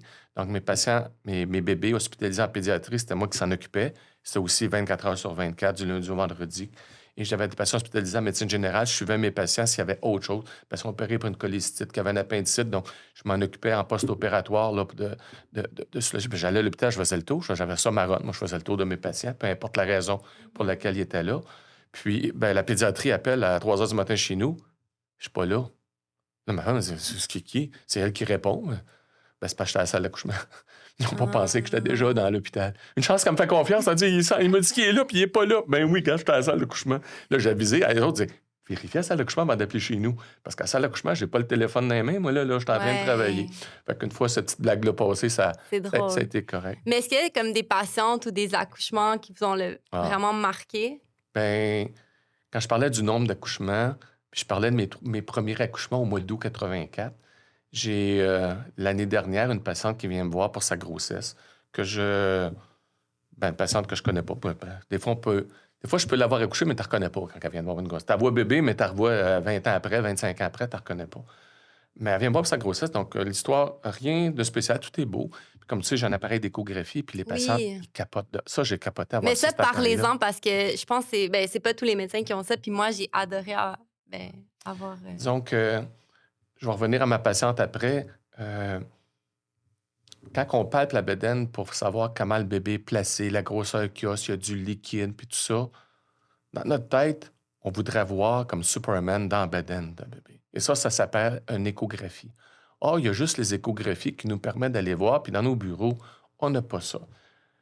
Les échographies au Québec, ça a débuté le premier, la technologie, en 1976. Moi, j'étais en médecine à l'Université de Montréal en train de faire mon cours. Donc, les premières images qu'on avait, c'était un peu comme la NASA. Il fallait savoir que c'est quelle partie du corps qu'on regarde en regardant un écho, que c'est une image qui était incompréhensible, qui, à force de regarder, on finissait par voir certains. Écoute, c'était comme ça prend un spécialiste pour voir ce que tu vois. Au fur et à mesure que les images sont sophistiquées et deviennent très faciles à voir, naturellement, si tu as l'expertise, tu vas voir encore plus loin, mais la base est actuellement plus facile. Et lorsqu'on a commencé à avoir des appareils mobiles, la grosseur d'un cellulaire, c'est un de mes amis qui est radiologiste qui m'a dit: Hey, il y a des appareils mobiles disponibles. Hein, ça vaut combien? Ben, donner un exemple, c'est autour de 10 000 $. Je dis: On n'a pas ça ici. Non, mais on a ça aux États-Unis, mais eux autres, à la radiologie, ils commandent des millions de dollars d'appareils par année. Ils ont leurs fournisseurs. Ils sont capables d'en avoir. Je dis: Écoute, commande-moi un, on va te l'acheter, moi, 10 000. Commande ça, cet appareil-là. Si moi, je vais capoter, voir à l'intérieur des bedaines au bureau. Moi, je capote, imagine les patients voir leur bébé. Puis, bon, au début, je suis allé suivre un petit cours, montrer comment ça marchait, mais c'est pas très compliqué. D'ailleurs, des patients sont capables de s'en utiliser. Ils sont pas capables d'acheter l'appareil parce qu'ils n'en fabriquaient pas assez. Ça a été populaire, ça, ces petites machines-là. Parce que la plupart des docteurs, on va parler aux États-Unis, qui peuvent faire un écho, ils chargent l'écho. Moi, je ne charge rien, je ne charge pas d'écho. C'est pour mon plaisir et le plaisir de mes patients. Puis mes patients contents, ça me rend heureux. Bon, au début, ça me prenait plus de temps à faire l'écho parce qu'il fallait que je m'habitue, mais ils comprenaient très bien que ça me prenait plus de temps. Puis j'ai dit: Je fais ça pour vous autres, puis vous allez avoir votre propre écho. Donc, j'enlevais pas aux autres tests. Tous les autres tests étaient faits, c'était juste pour le plaisir de voir le bébé. Ben, j'ai eu du fun à faire ça. À un moment donné, comme je suis rendu pas mal meilleur, puis là, je parlais avec mon. Je prenais des images, puis je montrais ça à mes chums radiologistes. Ben, qu'est-ce que tu penses de ça? Ah, ben, regarde, tu vois ça, tu vois ça. Et là, j'étais capable de voir plus, moi aussi. Bon, je prenais pas de mesures, je me prenais pas pour un radiologiste. J'enlevais pas l'expertise pour ça, mais je peux voir des affaires. Puis j'ai vu des affaires que j'ai pu sauver des bébés. Là, j'en parlerai un tantôt, mais sauver des bébés avec une technologie qui n'était pas prévue pour faire ça, mais que par amour de ce que je faisais, que j'ai appris à m'en servir, de faire ça de façon intelligente. Bon, naturellement, le côté phoné, c'est voir le bébé, mais un côté médical, c'est que là, je commençais à avoir des affaires que le radiologiste va voir à son écho. Donc, donner un exemple simple, des jumeaux. Je fais l'écho à 2, je la vois à 8, les jumeaux, je les voyais, moi. Fait que je les voyais au bureau avant lui, avant qu'il le voie. Donc, la patiente savait le nombre de bébés avant. Et j'ai un cas spécial pour ça, c'est que la patiente vient à 8 semaines, visite de grossesse, questionnaire, rien, rien, rien. Je mets mon appareil, je vois un bébé, puis à 8 semaines, c'est quand même petit. Et là, les bébés ne sont pas nécessairement un à côté de l'autre, ils sont un par-dessus l'autre. Donc, pour voir des jumeaux à 8 semaines, il faut que tu pèses sur le ventre pour que, c'est comme la poire s'écrase, pour qu'on puisse voir les deux côtés. C'est pas 3D, c'est 2D. Donc, la patiente, genre, je vois un bébé, toute contente, sourit, puis elle a l'écran dans sa main. Je donne l'écran pour qu'elle puisse le voir. Je mets ça à côté pour qu'on puisse voir tous les deux. Donc, un petit setup un peu organisé à la maison, mais qui permet de, moi, faire mon travail, puis elle la tient à la machine, puis elle regarde ça. Là, je pèse, je vois un deuxième bébé. Écoute, elle le voit en même temps que moi. On voit deux ronds, c'est comme des jumelles avec à l'intérieur le petit bébé, puis le petit cœur, tu vois le flasher qui bat. Il faut que tu le vois une fois, tu dis: Oh, il y a des jumeaux. Fait que pendant qu'elle soupire, puis elle s'exprime, je continue de peser, et le troisième apparaît. Des triplets. Ouais, j'ai vu des triplets. Et là, j'ai gelé mon image, j'ai demandé la permission. Écoute, c'est la première fois que moi, je vois des triplets. À Oh. 8 semaines, j'ai les trois dans l'écran. Tu me permets-tu? Ben, garde, prends une photo avec ton cellulaire, tu peux l'amener à ton chum, tu vas lui montrer qu'il y en a trois. Puis moi, je vais le garder comme souvenir. Je vais me prendre une photo sur mon propre cellulaire. J'ai pas ton nom dessus. Tout ce que j'ai l'image avec les trois. Écoute, quand je suis sorti du bureau, je montre: Hey, docteur Untel, hey, regarde, j'ai des triplets, je l'ai vu sur Ah, mon c'est chat. trop cute. Et la patiente, c'est tellement gentille que quand elle a accouché, elle est venue au bureau avec ses trois bébés. Parce que, bon, les triplets, il y a plus de risques de complications. Elle a accouché prématurée, j'ai dû la transférer dans un centre tertiaire, donc j'ai manqué l'accouchement parce qu'on OK. n'était pas équipé à Laval pour des triplets en bas de 32 semaines. Mais revenu vous les Oui! présenter. Elle n'avait pas Oh! d'obligation, elle est juste venue au bureau. Le docteur Lacombe, ma secrétaire, m'a dit: On a quelqu'un dans la salle d'attente pour vous, elle veut juste vous dire bonjour. Ah, honnêtement, ça arrive, ils viennent nous dire bonjour parce que je suis là, puis ils veulent le présenter à tes enfants. Ou bien, écoute, quand je suis entré avec les trois bébés, hey, là, je veux la photo avec les trois, ben, je l'ai déjà avec les trois Oh! sur mon ordinateur, avec l'écho, puis là, on va voir la suite. Donc, il y avait deux gars, une fille, tout allait bien. C'était des petits moments spéciaux, ça, avec l'écho qu'on peut C'est aller, vraiment une aller belle chercher. histoire. Ouais, c'est ça. Fait que ça permet d'avoir du lait. Donc, quand elle va à son écho, elle sait qu'il y en a trois. Donc, elle est déjà préparée. J'ai déjà commencé à préparer pour le suivi puis tout ça. Donc, Je crois que vous m'aviez aussi raconté, l'histoire d'une jeune fille qui était née prématurée. comme vraiment petite que même, je pense, le Québec voulait pas Ah la ouais, déclarer ouais, comme ouais. une C'est naissance. en bas de 24 semaines et en bas de 500 grammes, c'est pas déclaré comme naissance vivante. Et que j'ai accouché une patiente de 23 semaines, incompétence du col, le bébé pèse 400 quelques grammes, donc en bas de 500. Mais il respire. Il respire, le gars est bas, il va bien. Je l'ai transféré dans un centre tertiaire parce qu'on pensait pas, parce qu'il ne meurt pas, on va le transférer. Ce petit bébé-là, ben, je l'ai su quelques années après, est à l'université. A pas eu de complications. Ben, oui, j'ai rempli la déclaration de naissance vivante en marquant un poids de 430 grammes, mais j'ai marqué qu'il était vivant avec l'heure de naissance. J'ai bien fait, hein? Sans ça, elle n'est pas née, puis elle va à l'université. Elle est pas Elle n'est déclarée. pas déclarée, essayer de vers une nouvelle identité. Donc, oui, c'est une belle histoire. Parce Mais je que... crois que quelques années plus tard, elle est venue justement Oui, oui, vous oui, oui. rencontrer. Oui, parce que la mère est au courant là, de toute l'histoire de ben là, on ne sait pas qu'est-ce qui va arriver. Écoutez, on est dans le néant, on va faire. Vous vous souvenez, dans les années 80, à ce poids-là, t'as pas. Mais il y en a qui se défendent. Donc, même si statistiquement, il y a peu de chance, c'est jamais zéro. Fait que laisser de chance à la nature, c'est ce qu'on appelle laisser une chance à la nature. Puis la nature a bien voulu que ça se passe tout bien. Là, je dis pas accoucher à 23 semaines, 400 grammes, c'est pas ça l'idée. Oui, on a des technologies pour pouvoir réchapper des bébés actuellement. Et lorsque la relation de naissance vivante, l'histoire du 500 grammes ou pas, c'est que s'il y avait un certificat de décès ou de naissance, mais s'il est vivant, on le met vivant. Là, le poids, on n'en tient plus compte. Et là, on peut en avoir de 22 semaines, des fois. Donc, plus on va loin, plus on va aller. Naturellement, notre expertise en 2024, on a un suivi des patients qui ont été accouchés euh, à 24 semaines, 26 semaines, avec des très bons suivis. Mais là, on parle en 2024, mais des années 80, on n'avait pas de suivi de ça. Fait que, non, c'est des belles histoires de s'adapter, respecter la nature, respecter ce que la patiente veut. La patiente dit, respire, il voit bien, qu'est-ce que tu fais? Ben, on va lui laisser une chance. Ça, c'est une réponse. Là. On ne prépare pas notre cours de médecine de répondre là-dessus. C'est en bas de 500, t'arrêtes. Non, non. Il respire, le bébé. Faut que tu t'adaptes à une nouvelle situation. Puis la patiente dit, ben écoute, qu'est-ce qui arrive? Ben, pire, il va décéder. Puis il va peut-être avoir des séquelles, mais regarde, je peux pas rien faire d'autre. Là. On va le transférer, puis on va voir comment ça va aller. Fait qu'on n'enveloppe pas. On a pris des mesures quand même de base qui sont très de base à comparer à ce qu'on fait aujourd'hui, mais qui étaient corrects pour l'époque parce que ça a bien été. Ah, c'est vraiment une belle histoire, c'est très touchant. Je peux revenir à mon histoire Oui, oui, allez-y. d'échographie, Oui. de madame qui est venue me Oui, c'est voir, qui n'avait vrai. pas d'histoire. Puis j'y montre son bébé à 8 semaines de grossesse. Puis naturellement, ben, tu le sais, prochaine visite, tu vas amener ta mère, ton chum. Écoute, on voit le bébé à toutes les visites que tu viens. Fait que la visite d'après, t'as quoi, à peu près 11-12 semaines, un mois après, elle vient avec une madame qui, je pense, être sa mère parce qu'elle est plus âgée qu'elle. Puis là, ben, je lui dis, ben, vous allez venir voir le bébé tantôt. Je suis tout content. Ben, écoute, moi, je suis toujours content. OK? Je suis de bonne humeur dans la vie. Je ne parle pas de mauvaise humeur. Je suis des fois fatigué, comme je dis. Donc, je m'exprime moins quand on est fatigué, un peu comme tout le monde, mais je ne suis pas de mauvaise humeur. Je suis content de faire ce que je fais. Je ne suis pas malheureux de ce que je fais. Puis, donc, je fais ça. On va voir le bébé. Fait que là, elle me dit, c'est dans la période de COVID. Donc, il y avait des masques. Donc, elle me dit, vous ne me reconnaissez pas. Non. Mais avant de me dire ça, elle dit, ben, je vous connais, mais pas. Comment elle m'a dit ça? Elle me dit, j'allais voir un bébé. Elle dit, je l'ai déjà. Vous allez être grand-maman. Oui, oui. Elle dit, je suis déjà grand-maman. Fait que là, moi, je pense que grand-maman, pas d'elle parce que c'est son premier, mais d'une de ses sœurs, quelque chose. Non, je suis grand-maman d'elle, de ce patiente-là. Je suis déjà grand-maman. Je vais être arrière-grand-maman. Je dis, oh, vous êtes jeune pour être arrière-grand-maman. C'est à peu près mon âge. Vous êtes jeune pour être arrière-grand-maman. Puis là, elle me regarde, elle me dit, vous me connaissez pas. Ben, je dis, non. Fait que là, elle me donne son nom. J'ai dit, c'est quoi la date de naissance? Là, elle me donne le 31 août 84. Comme je dis, j'en ai accouché 3 au mois d'août. Je dis, c'est mon troisième accouchement. Ah, puis j'ai dit, le bébé, j'ai accouché en août. Ben oui, tu l'as accouché en 2022. En 2002. J'ai dit, là, on va être. Ils ont 19 ans, 20 ans. Donc, c'est 3 possible. générations. C'était ma troisième génération. Wow. Et elle, quand je suis allé l'accoucher, la troisième génération, là, j'ai pris un coup de vieux. Bon, l'arrière-grand-mère était en Abitibi, donc restait à l'extérieur, mais était en FaceTime.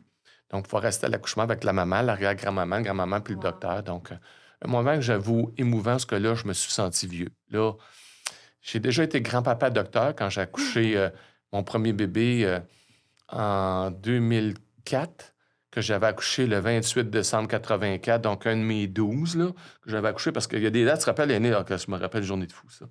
Fait que, je me suis dit, ben, ce bébé-là, en 2004, quand je l'ai accouché, c'était comme, bah là, je suis revenu au bureau, ma secrétaire me regarde, elle me connaît. Elle dit, ça va pas matin. Je dis, non, je me sens vieux. C'est comment ça? Ben là, j'ai accouché Madame une telle. Elle la connaissait. Écoute, la même secrétaire, elle connaissait les patientes, là. Tu sais, il appelait, puis, bon, en dernier, toi, tu n'avais pas la même secrétaire, mais celle que j'ai eue pendant toutes ces années-là, c'était comme du bonbon, là. Elle les connaît, elle me connaît, elle prenait un message, elle s'organisait avec le bureau, tu sais, c'était comme euh, super agréable pour tout le monde. Et lorsque je dis ça, là, je suis grand-papa docteur. J'ai dit, là, laisse-moi respirer aujourd'hui. Je vais faire mes affaires. Je vais en avoir d'autres grands-papas docteurs. Il faut juste que je m'habitue à cette nouvelle réalité. Mais je dis, j'aimerais bien ça, avoir ça à troisième génération. Mais je me suis rendu. Je l'ai eu l'année passée, là, janvier 2023. Là, juste après ça, j'ai dit, je vais avoir mon 10 000. J'ai dit, là, j'ai plus de raison motivationnelle de dire, ben là, j'ai fait 10 000, j'ai fait 3 générations. Euh, je veux septembre, mais je peux pas. Ben, regarde, ça, m'en étiré, ça. Il y a plus. J'étire pour qui? À un moment donné, il faut passer à autre chose. Puis comme je suis grand-papa, ben, je veux plus de temps. Puis comme j'ai pas pu en avoir autant que mes propres enfants, mais je vais essayer d'en avoir plus avec mes petits-enfants. Fait que, c'est à peu près ça l'histoire des disponibilités, l'histoire des générations, du nombre d'accouchements, des événements spéciaux qui m'ont marqué. Mais j'ai d'autres faits cocasses. On a le Ah temps? oui? Mais Ah oui, bon. on a le temps. Ça arrivait souvent que j'accouchais les 2 sœurs, les 3 sœurs. Donc, j'ai 2 sœurs qui sont enceintes en même temps, à quelques semaines, mettons 2, 3 semaines de différence. Fait que j'en vois une, des jumeaux. Je vois l'autre 2 semaines après, des jumeaux. 2 semaines après, je vois la troisième, elle a peur. Non, elle venait renouveler ses anovulants parce que, tu sais, moi, je suis pas prête, je suis pas prête. J'en veux pas deux, quand tu fais 2 de suite qui ont ça. Puis, ils en couchaient à peu près à 2 semaines d'intervalle. Fait que comme il y avait des jumeaux, ils venaient souvent, fait qu'ils venaient toujours ensemble. Puis quand ils sont venus à leur visite postpartum, ils sont venus avec les 4 bébés. Donc, j'ai une photo dans mon bureau Oh, avec c'est les trop 4 bébés dans beau. mes bras, puis la madame les 2 madames qui me prennent en photo avec ça. Donc, 4 bébés, 2 jumeaux en même temps. J'en ai un autre, les 2 sœurs ensemble, mais pas de jumeaux.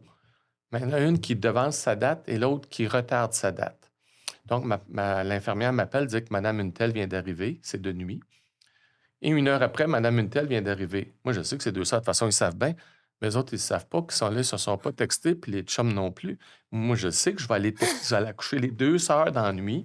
Et puis, ils ne savent pas parce qu'ils sont dans leur chambre, ils ne se promènent pas, là, Oh hein? mon Dieu. Fait que c'est ça. Fait que le lendemain, après l'accouchement, ben, ils ont su qu'ils avaient accouché ensemble. Puis on les a mis dans une chambre semi-privée. Ben, les deux dans la même chambre, vous êtes toute la même famille. Vous allez tous être dans la même chambre. Ça, c'est un petit peu cocasse, mais je trouvais ça plutôt agréable. Tu sais, que ça arrive un qui retarde, l'autre qui devance. Des fois, celle qui était avancée peut accoucher avant l'autre, mais là, ça arrivait La même les deux en journée. même temps. Ça, c'était drôle aussi. C'est vraiment des belles histoires. Plusieurs vous connaissent sous le nom de Docteur Ah. Disney ou Docteur Mickey, puis on Ouais. voit votre belle cravate aujourd'hui. Mais je veux dire, je suis vraiment fascinée parce qu'on voit que vous êtes vraiment passionné de Walt Disney. Mais d'où vient cette grande passion? On va faire une psychanalyse. Là. Ouais. Pourquoi le docteur Lacombe est fasciné par Disney? Des années 70, on remonte loin, quand j'étais un petit gars, moi, là, Walt Disney, ça passait les samedis soirs à 5 heures. J'écoutais ça. Tu avais la face de Walt Disney avec le château, puis la fée Clochette faisait le petit scintillement au-dessus du château, puis là commençaient les émissions de Mickey. Et je voulais pas rien manquer. Je regardais, je regardais. Et ce que je m'apercevais, ça me donnait du bonheur, ça me relaxait des stress normal d'un enfant de 12 ans, hein, Mhm. qui, ça te déconnecte. J'arrivais dans un autre monde, je disais, ah, crème, c'est le fun. Ah, j'aimerais ça être tout le temps là-dedans. Puis, bon, naturellement, aller à Walt Disney, ça l'a ouvert en 70 en Californie, puis un petit peu plus tard, après ça, en Floride. Puis, mais juste l'émission et la vie de j'embarque dans d'autres choses et je peux déconnecter. Tu déconnectes ton cerveau, tu t'en vas. Après ça, tu te reconnectes, mais c'est agréable. Et là, l'agréable, je dis, on va aller plus loin dans l'agréable, on va aller à Walt Disney. Et lorsque j'ai terminé mes examens de médecine, mon père me payait un voyage à Walt Disney. C'était comme, pas besoin de dire que j'avais un petit penchant. Puis je suis allé avec 4 autres de mes chums à l'université qu'on avait tout terminé en même temps. J'en passé un gars, puis on s'en va en Floride. Puis on va aller à Walt Disney. On se regardait ça, on va capoter. Mais effectivement, on s'en rappelle encore, même ça fait longtemps qu'on a terminé notre cours de médecine, mais c'était comme le premier voyage qu'on allait à Walt Disney, tout le monde. Puis aller voir comment c'est. Et par la suite, c'est comme, je vais y retourner, je vais y retourner, je vais y retourner. J'ai pas le temps de tout faire. Puis là, à chaque année, il y a des choses supplémentaires. Puis au début, il y avait juste Magic Kingdom, mais là, t'as Epcot, t'as Animal Kingdom, t'as Hollywood Studios. Après ça, ben, en plus, Californie, il y en a ouvert un à Paris, un à Hong Kong, un à Tokyo, puis un autre, le dernier, qui est à Shanghai. Donc, il y a des Walt Disney partout dans le monde. Au début, c'était juste Californie, après ça, Floride. Puis, je suis allé souvent en Floride. Puis, quand j'allais là, c'est comme, je suis plus docteur, moi, là. J'ai plus de stress, j'ai plus de cellulite, belle boy, je déconnecte, Mais c'était je aussi, suis je dans pense, les votre façon films. de retrouver votre cœur d'enfant. Oui.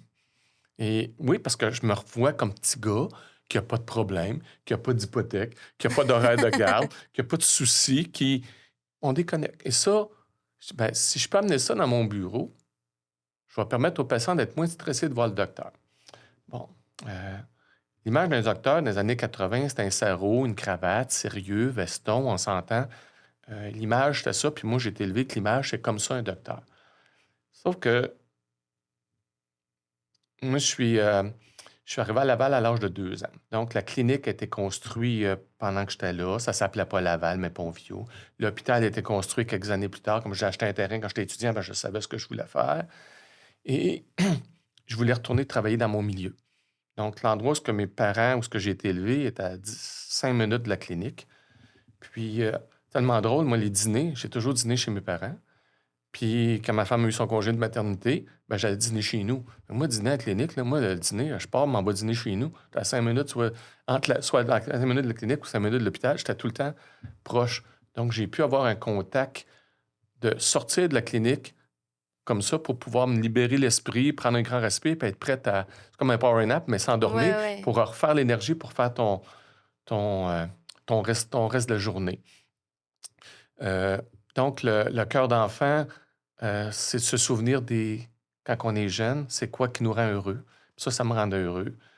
Les patients qui n'ont pas peur du docteur, ben, ça serait le fun d'enlever certains paramètres.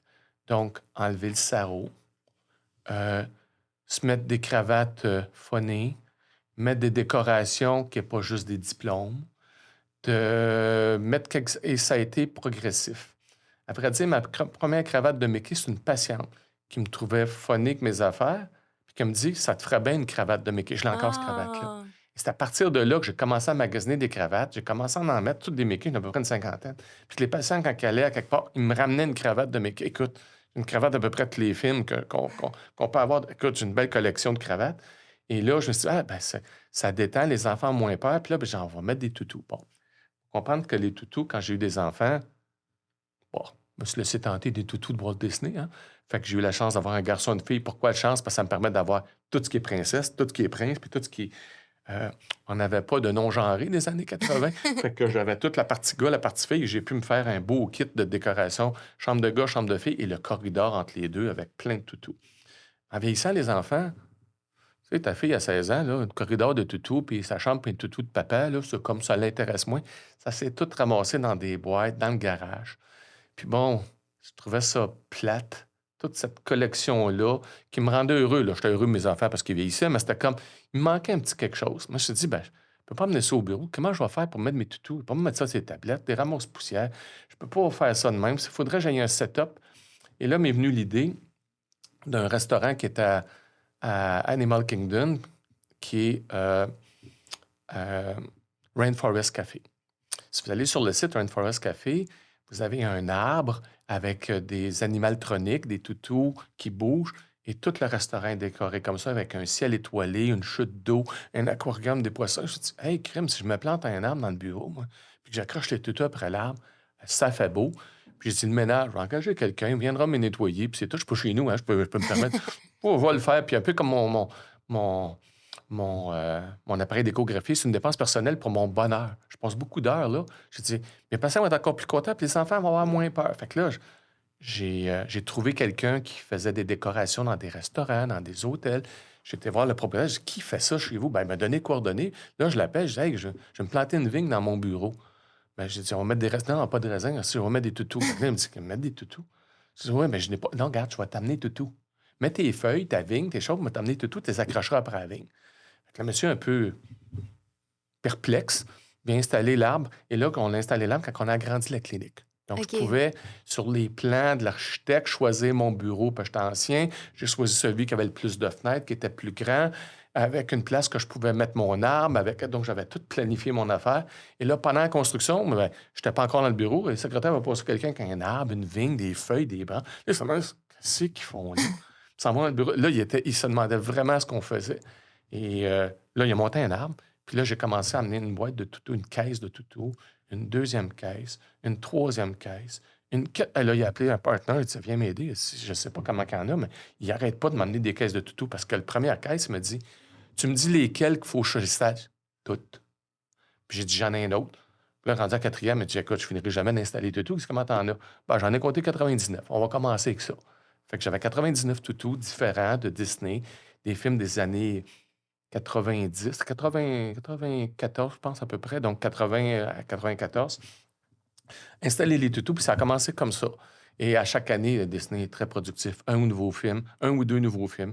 8, 10, 12 toutous. Monster Inc. en a sorti 32. Là, j'étais découragé. J'ai pris 32 toutous. Fait qu'à chaque année, j'appelais mon gars qui installait mon arbre. Pendant l'année, je ramassais des toutous. Une fois par année, il venait les décrocher, les nettoyer un par un, les raccrocher. Et je faisais rajouter une nouvelle branche avec les nouveaux toutous. Donc, après une vingtaine d'années, 25 ans, on a passé de 99 toutous à 546 toutous. Wow! Et pourquoi 546? C'est que je rajoutais le nouveau chiffre à chaque fois. Je ne voulais pas être pris pour les recompter. Puis ce qui avait intéressant pour le monsieur qui les installait, c'était pas un fan de Disney. Sauf qu'il a commencé à les connaître parce qu'à un moment donné, je disais, faut-tu me mettre ensemble, les familles? Le prince, il faut qu'il aille avec la bonne OK, princesse. il y avait vraiment une logique. Oui, t'es décroches, t'es nettoies, t'es raccroches, raccroche-les ensemble. Et il venait avec sa conjointe qui était une fan de Disney, qui était super contente de venir avec lui pour juste mettre les familles ensemble puis redonner les princes avec les bonnes princesses. Il y a une des années, il pensait être bon puis être capable, ça fait une couple d'années qu'à chaque fois, il venait se décrocher puis il raccrochait pour le nettoyage. Et quand je rentre le matin, sacrifice. C'est pas les bons princes avec les bonnes princesses. Hey, là, je l'appelle, je dis, qu'est-ce que t'as fait? Ah, ma femme était malade, mais je pense que je suis correct. Je dis, non, t'es pas correct. Je dis, là, il va falloir que tu reviennes. Puis je dis, là, je vais aviser ma secrétaire. Elle est bonne aussi, là. Ça va venir dans mon bureau. Je vais tout mettre des tags sur qu'il faut que tu mettes les princes avec les princesses. Puis elle va te dire, hey, plus jamais après ça, il est venu sans sa femme. Et sans ça, je recommence ma job. Il faut tout que je les mette ensemble. Je dis, sans ça, là, ça, c'est comme une nuit au musée à minuit. C'est le bordel dans le bureau, là. Hey, mets-les ensemble, toi, là. C'est moi. Maintenant, pour l'entretien du bureau, comme je dis, je venais nettoyer une fois par année, mais je m'étais acheté un purificateur d'air. Quand même, je suis docteur, je suis pas nono, là, il faut nettoyer quand même un peu de poussière. Normal, entre guillemets, mais je nettoyais esthétiquement une fois par année, mais il y avait un purificateur. Et comme ça fait du bruit, je le faisais à partir de nuit. Femme de ménage la nuit, il y avait du tapage dans mon bureau. Ça faisait du bruit, ça nettoyait là. Ça nettoyait comme une salle d'opération, ça stérilisait. Puis quand elle rentrait dans le bureau, qu'elle avait la gang de tout, elle était... Et là, elle ne comprenait pas, il a fallu que j'y explique. Et là, je dis, OK, ça part de nuit, ça nettoie, vous rentrez, le nettoyage, touchez-y pas, il y a quelqu'un qui le fait, nettoyez vos choses. Bon, ça m'a maintenu d'avoir mon bureau propre et confortable respiratoirement pour pouvoir fonctionner.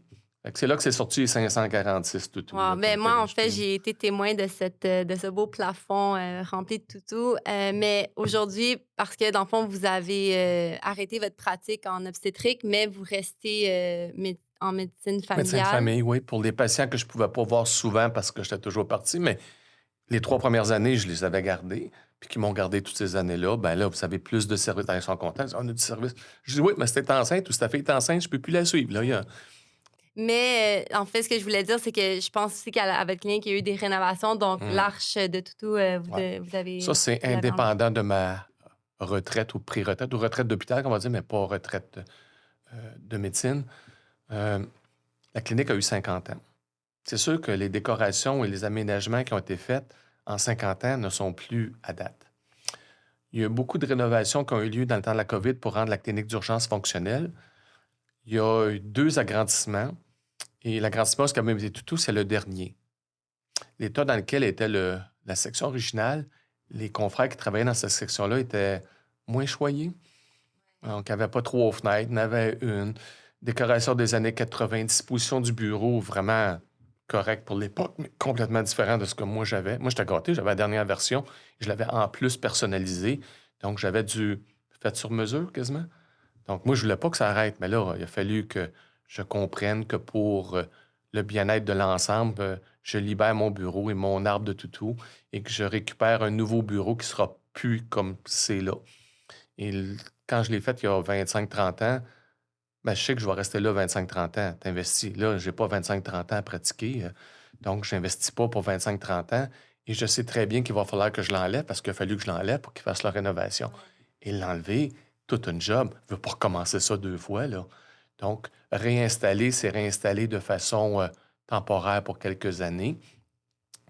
Et je dois dire qu'ils m'ont mis des restrictions parce qu'ils ont bien vu qu'il n'y en avait pas au départ, parce que c'était tous les plafonds, tous les murs. Écoute, il n'y avait pas un espace qui n'était pas pris. Euh, donc, les restrictions, tu ne peux pas accrocher rien, tu ne peux plus faire ça. Je me suis trouvé quand même des petites façons de contourner. Ils sont au courant, je contourne un peu, je m'organise, mais je n'ai pas 546. Bon, je vais probablement être capable d'en mettre une vingtaine, là, mais puis j'en ai qui changent à tous les mois, comme là, c'est le mois de la Saint-Valentin, donc j'ai Mickey Minnie de Saint-Valentin. Ah. J'avais celui de Noël, en marge de celui de Pâques. Bon, j'ai une belle collection de Mickey Minnie pour faire les 12 mois de l'année, donc avec une variante à chaque mois, puis d'avoir mon préféré. Parce qu'ils m'ont toujours dit, c'est quel ton préféré? C'est As-tu un lequel? indice, l'indice? Un docteur fait des accouchements. Je vais te donner un indice. Un docteur qui fait des accouchements, son toutou préféré ou son personnage préféré. Bon, on parlait de Mickey Minnie, mais j'en ai plusieurs. Mais je vais t'enlever Mickey Minnie. Ça serait lequel, là? Je connais pas beaucoup les personnages de Disney, Les mais films. les films, je Un donne qui a ma des langue au bébés. chat. Le Roi Lion. Mais Et oui, celui qui ça fait le fait même du sens. travail que moi s'appelle Rafiki. On a l'image, regarde, Rafiki, il fait ça avec le bébé. Je fais la même chose avec les Oui, bébés. Pas tout à fait pareil, mais c'est le même geste de déposer le c'est bébé sur vrai. la maman. J'y Donc, avais pour pas moi, je pensé. fais le même travail que Rafiki. Fait que c'est sûr que si je rentre un toutou, d'ailleurs, le seul qui reste dans le bureau quand j'ai déménagé, c'était Rafiki, il me suit partout. Et Rafiki, c'est mon idole, Rafiki. Donc, le sage, bon, à barbe blanche, j'en viens pas pire pour le reste, là, mais pour ce qui est du sage, qui fait le plus beau métier du monde, d'accompagner pour les naissances, c'était ça que je voulais dire sur mon arbre à toutou, qui est défait, mais qui est dans mon cœur, qui est dans mon sous-sol pour une partie des caisses de toutou que les petits-enfants adorent. Ah, mais Parce que c'est quand on les sûr. garde, c'est sûr qu'on va regarder un film de Disney. On va tous les faire. Et chaque film a leur sac de toutou. Parce que là, je les ai nettoyés, mis dans des boîtes, identifiés, et tous les personnages du film sont dans un sac. Fait qu'on va regarder Peter Pan, on va chercher le sac avec tous les toutous de Peter Pan, mais j'en ai à peu près une quinzaine. Là, on rouvre le sac, ils sont tous là. Je suis sûr, regarde le film, tous les toutous que tu as là, tu vas les voir dans le film. Puis là, ils s'habituent comme ça à regarder les films avec les toutous. Fait que Ah, c'est c'est vraiment papy, on cute. va dans le C'est sous-sol, on adorable. va chercher ça. Maintenant, ils ne seront pas toujours dans le sous-sol parce qu'ils vieillissent eux aussi. Fait que je suis content de pouvoir léguer mon âme à mon fils. Parce que mon fils ne fait pas ce job-là. C'est quoi le rapport? Je peux en parler? Mais oui, bien sûr. Bon.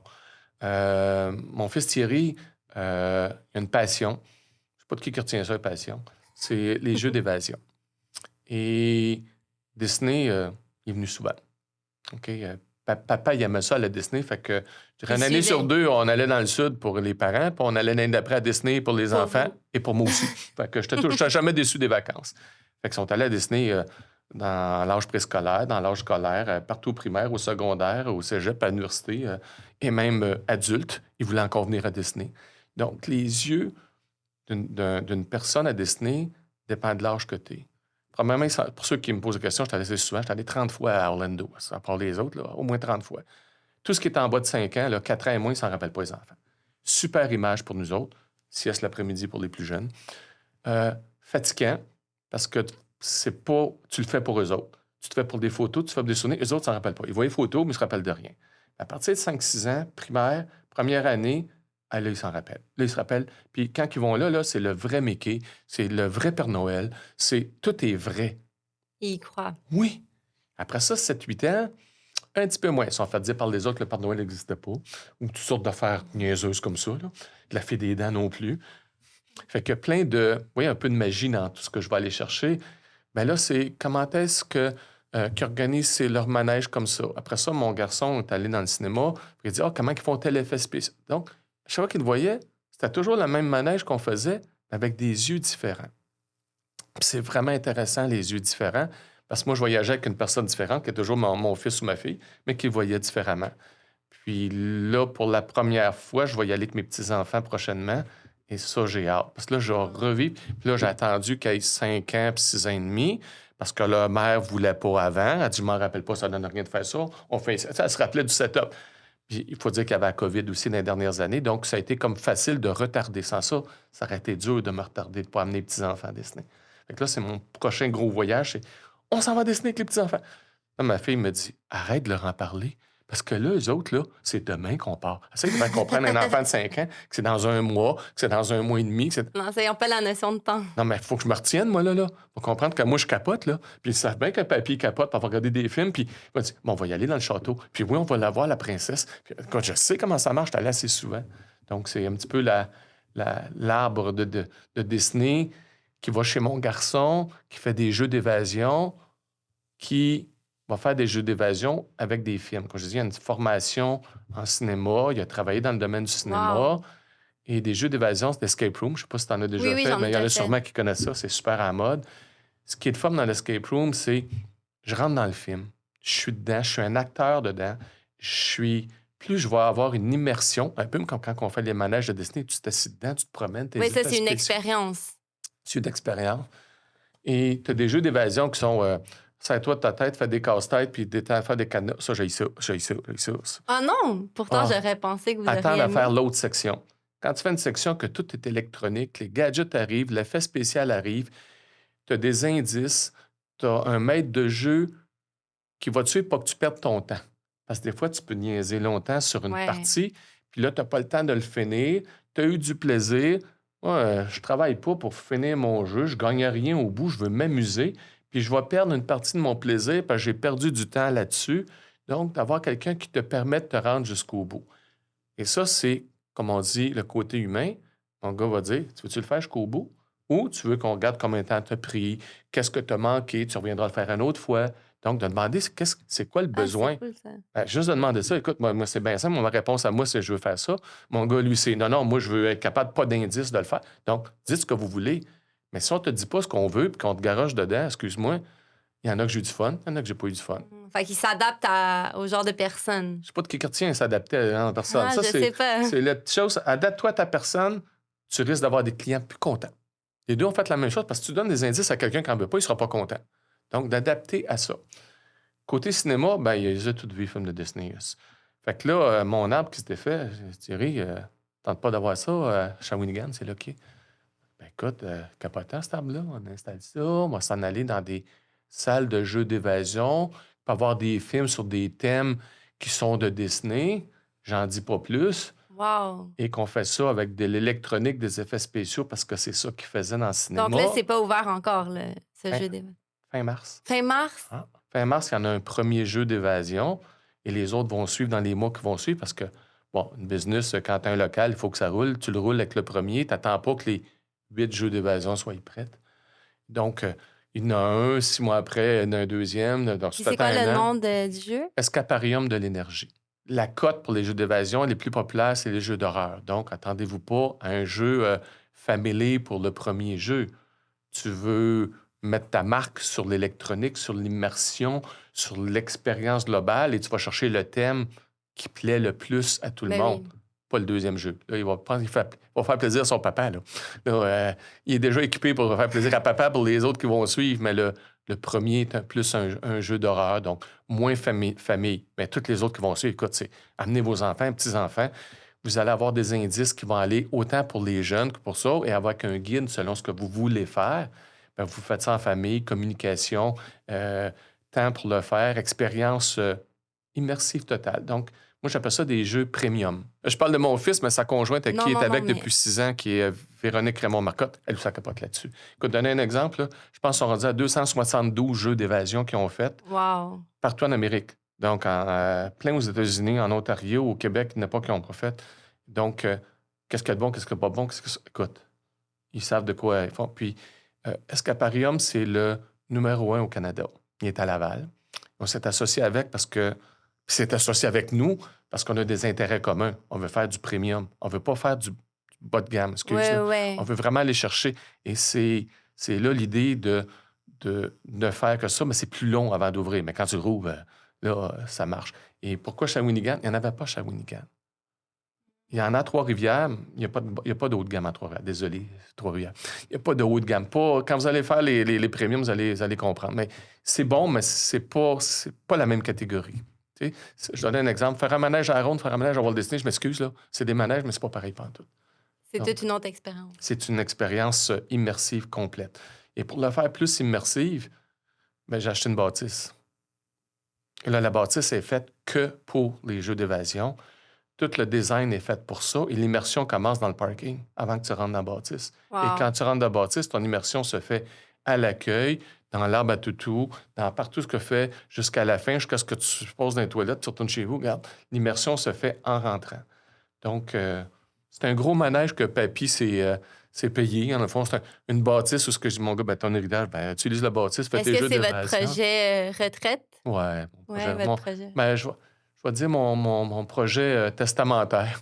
Vous vous organiserez parce que donner de l'argent quand t'es mort, il y a des chicanes, il y a plein de choses qui peuvent arriver, puis c'est pas ce que tu veux. Puis non, donner de son vivant, c'est complètement différent. Tu as du plaisir, puis là, ben, tu peux les guider à ce que ça puisse euh, être utile. Donc, servir de travail, servir de faire ta passion, puis de te garder une sécurité. Vous garderez après, vous ferez ce que vous voudrez. Moi, c'est pas ça mon but. Mon but, c'est d'être heureux, de vous rendre heureux. Je suis heureux de voir ça. Puis, bon, dans le fond, je récupère mon arbre à toutou. Là. Pas pour dire que mon arbre à toutou, mais c'est pas. C'est l'idée que mon fils, ma belle-fille ont, que le monde soit heureux dans ce qu'ils font, d'aller faire. Ben, c'est ça, quand Ouais. on rentre, moi, je veux que tu sois content, je veux que tu sois heureux, je veux que tu apprécies, je veux que tu en parles à tes amis pour que tu m'envoies tes amis, que je manque pas de travail, je n'ai jamais manqué.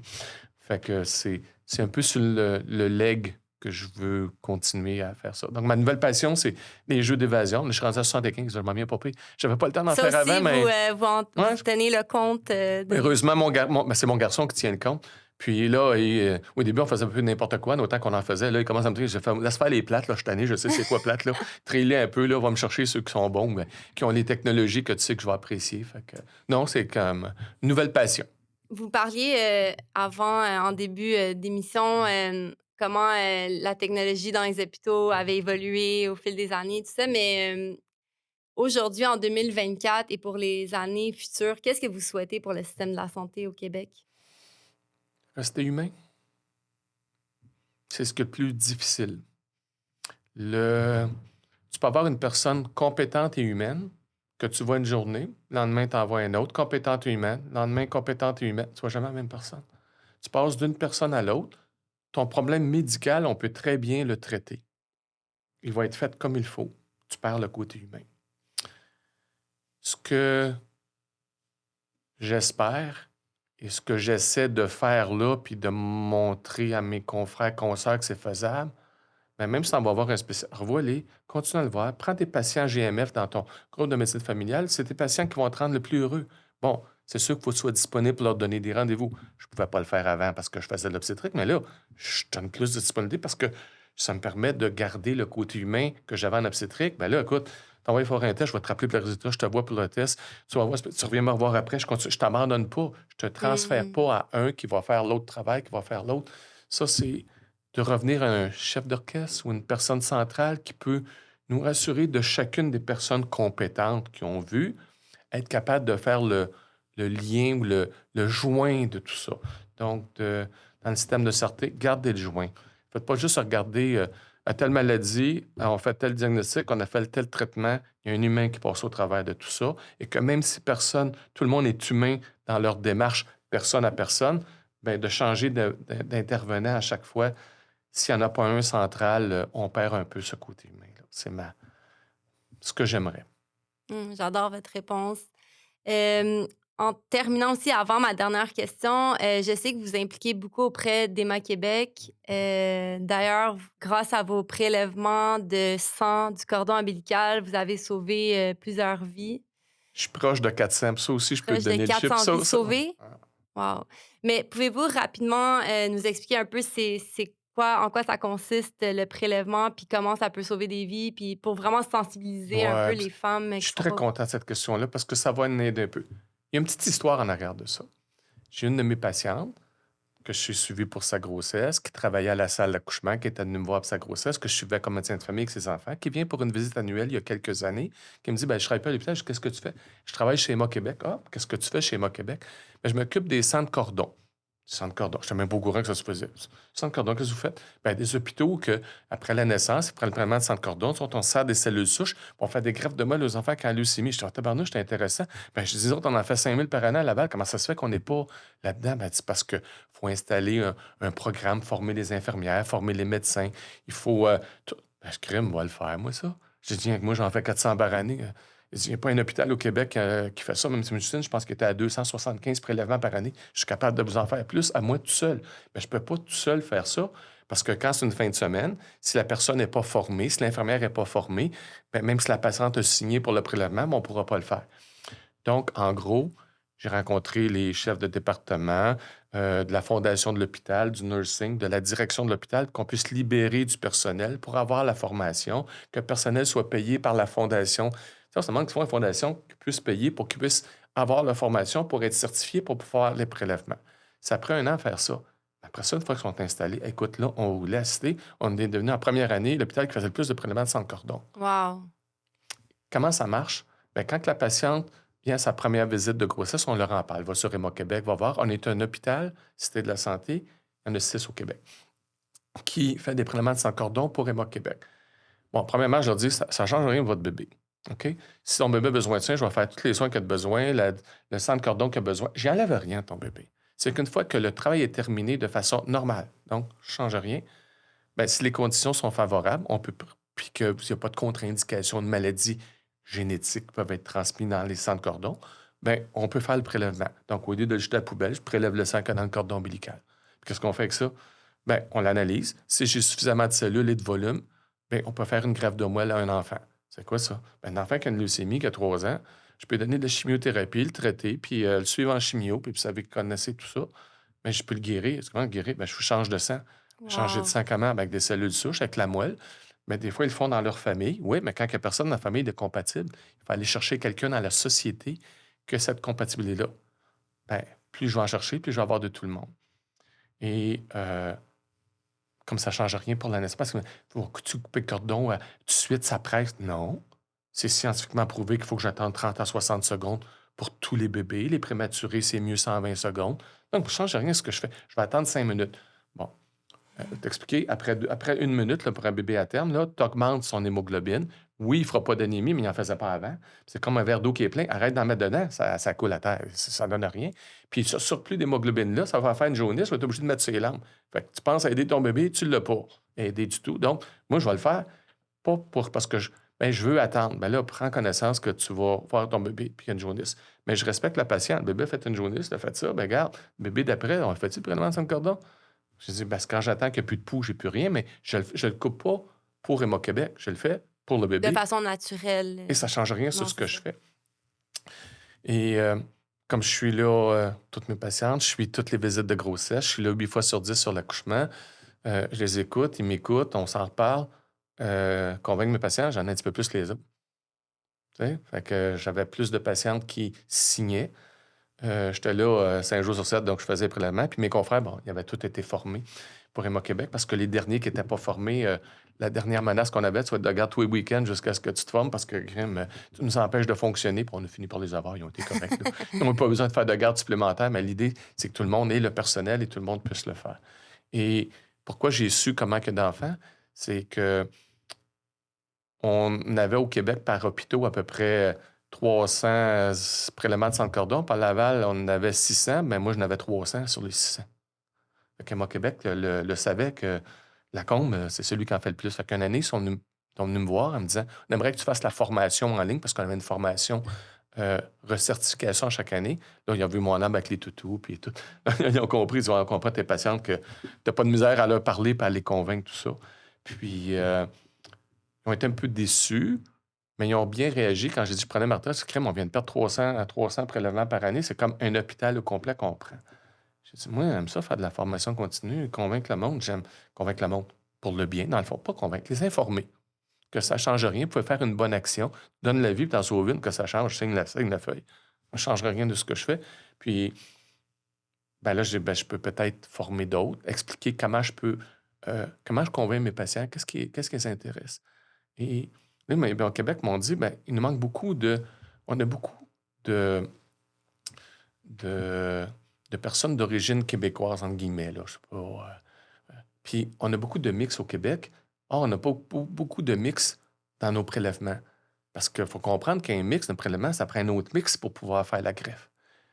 Donc, moi, j'avais transformé ça en disant, c'est caucasien, je cherchais le mot tantôt. Tout ce qui était non caucasien ou de mix caucasien autre, c'est ça qui nous manque. Parce que si j'ai une patiente qui vient d'Haïti, puis un autre du Québec, ben, ça me prend le mix Québec-Haïti sur les gènes pour pouvoir faire la greffe. Donc, je disais, quand vous venez ici, moi, votre sang il est plus précieux que les deux Caucasiens, parce que je n'ai des milliers de frères, parce que je veux tous les avoir, parce que je veux tous les groupes sanguins. À un moment donné, je veux pas dans ma population, c'est ce que j'avais, mais je dis le vôtre, encore mieux. Parce que là, c'est plus rare, et là, ça sert à ceux qui ont le même mix que vous. Et j'ai eu, il y a quelques années, un de ces mix plus rares. Je ne me rappelle plus, mais c'était pas haïtien, mais un mix qui est plus rare. Puis comme j'avais dit aux patients, ça va avec votre communauté. C'est pas réservé pour vous, mais c'est sûr que ça va aller dans votre communauté du même mix. Ben, 3 années après, elle vient me voir pour sa grossesse. Bon, je fais son histoire, puis elle me raconte que son plus vieux a une leucémie. Je dis, hey, t'as fait le prélèvement de sang de cordon, toi? Ils l'ont peut-être pas utilisé, mon Québec, là. Parle à ton doc. Et oui, le prélèvement est encore là. Elle n'avait pas été utilisée. Wow. Donc, on peut faire de l'autogreffe. Il n'est pas réservé pour. S'il avait été utilisé, il aurait été. Mais dans Très ce précis. cas-là, ça lui est revenu. Oui. Et on peut avoir autre chose. J'ai eu un autre cas aussi où ce que la patiente, on n'avait pas personne de compatible, ni dans sa famille, ni dans la communauté. Puis le prélèvement qui était fait à son hôte n'était pas compatible. On a fait le prélèvement sur le bébé qui est né. Or, le bébé qui est né, ça nous a obligés à faire une première, c'est que les prélèvements de sang de cordon, on les fait à la salle d'accouchement, mais pas à la salle d'opération.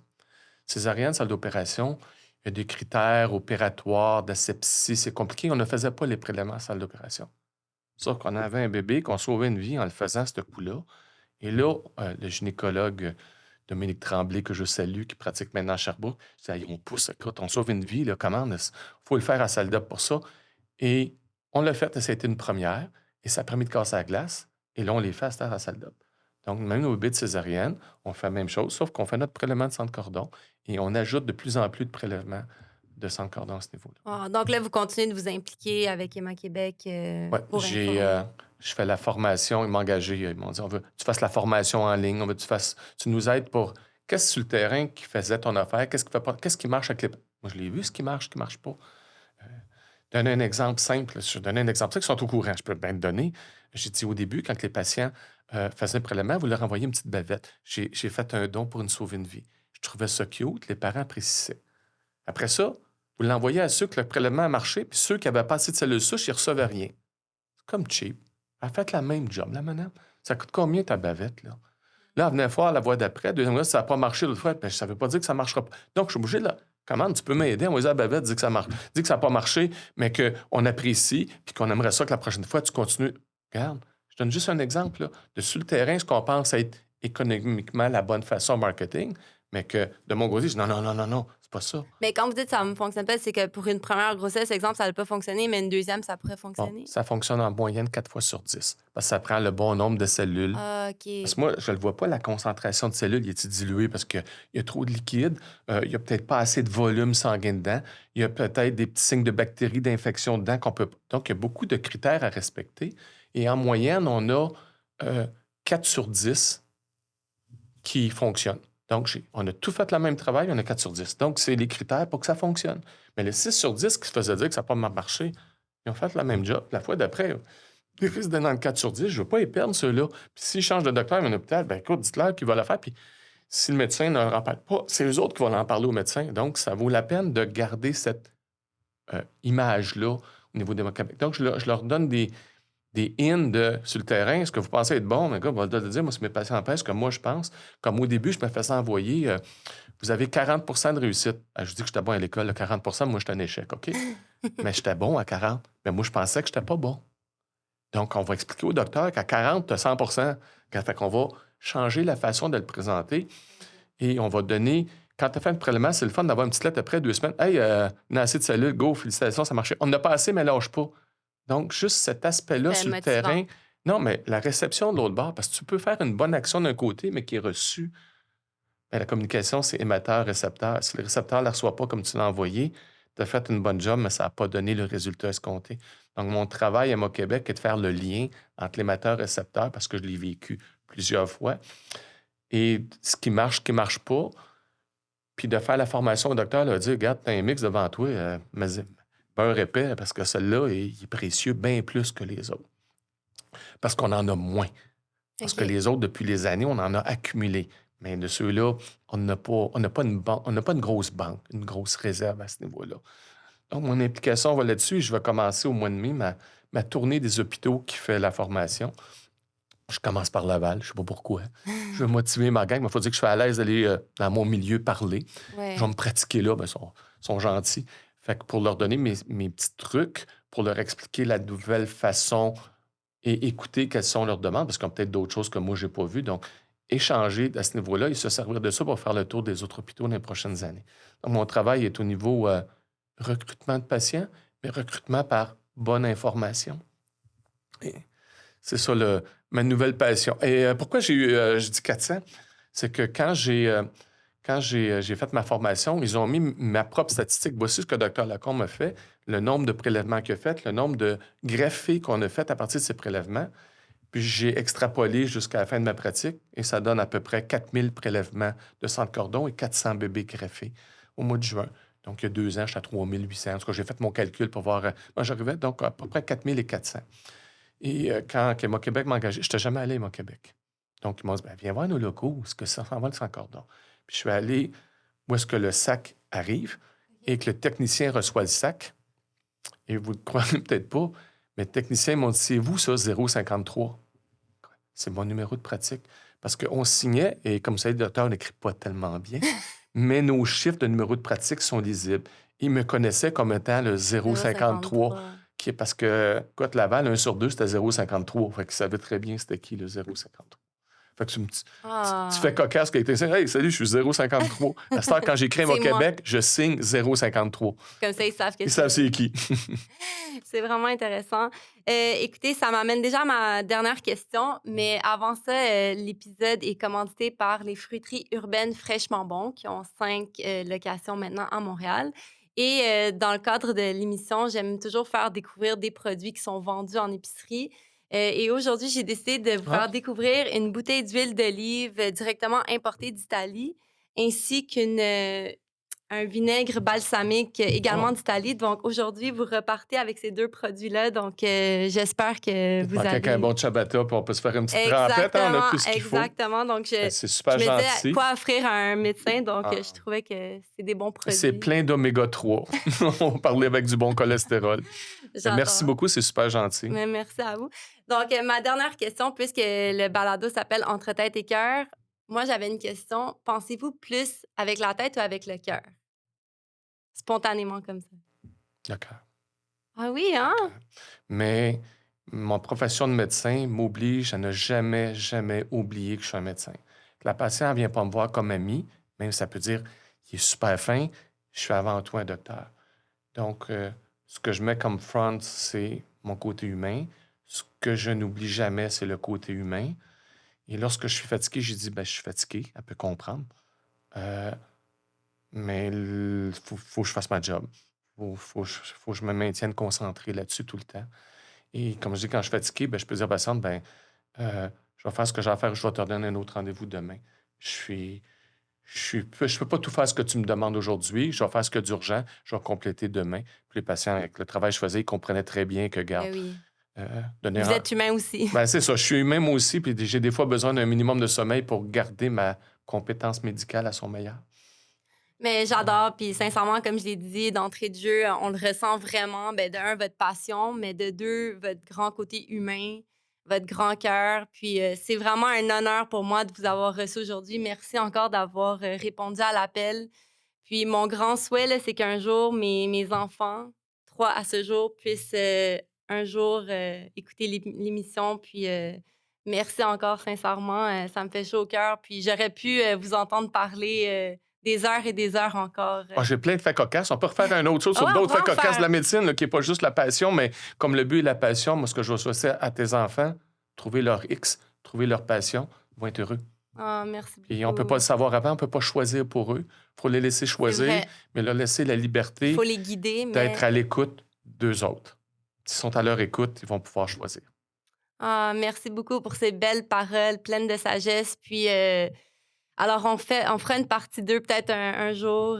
Sur des faits, j'ai plein de faits cocasses. Là, on en a eu quelques-uns. Mais écoute, presque 40 ans de pratique, 12 000 suivis de grossesse, Vous en 10 000 avez vu. accouchements. J'en ai plein de tempêtes de neige, de skidoo, de plein de façons de se déplacer, de choses qui sont arrivées dans l'avion, qu'on demande s'il y a un docteur à bord. Allez, j'en ai plein. J'ai détourné un avion. Écoute, je vous en dis pas plus. J'ai tellement de faits cocasses. Part 2. Ah non, part 2, si vous voulez avoir des faits cocasses, j'aimais ça. En tout cas, c'est une Pareillement. passion de laisser transcevoir que vous pouvez être heureux. Choisissez votre passion, vous allez être heureux. C'est pas sorcier, c'est pas j'ai mal au bras, j'ai mal à la jambe. Je peux pas. C'est à moitié vin, le verre à moitié plein, à moitié vide. Non. Gardez positif. Gardez que vous êtes bien. Travaillez dans ce que vous êtes bien. Si c'est possible, c'est pas toujours possible pour tout le monde. Mais donnez-vous la chance de.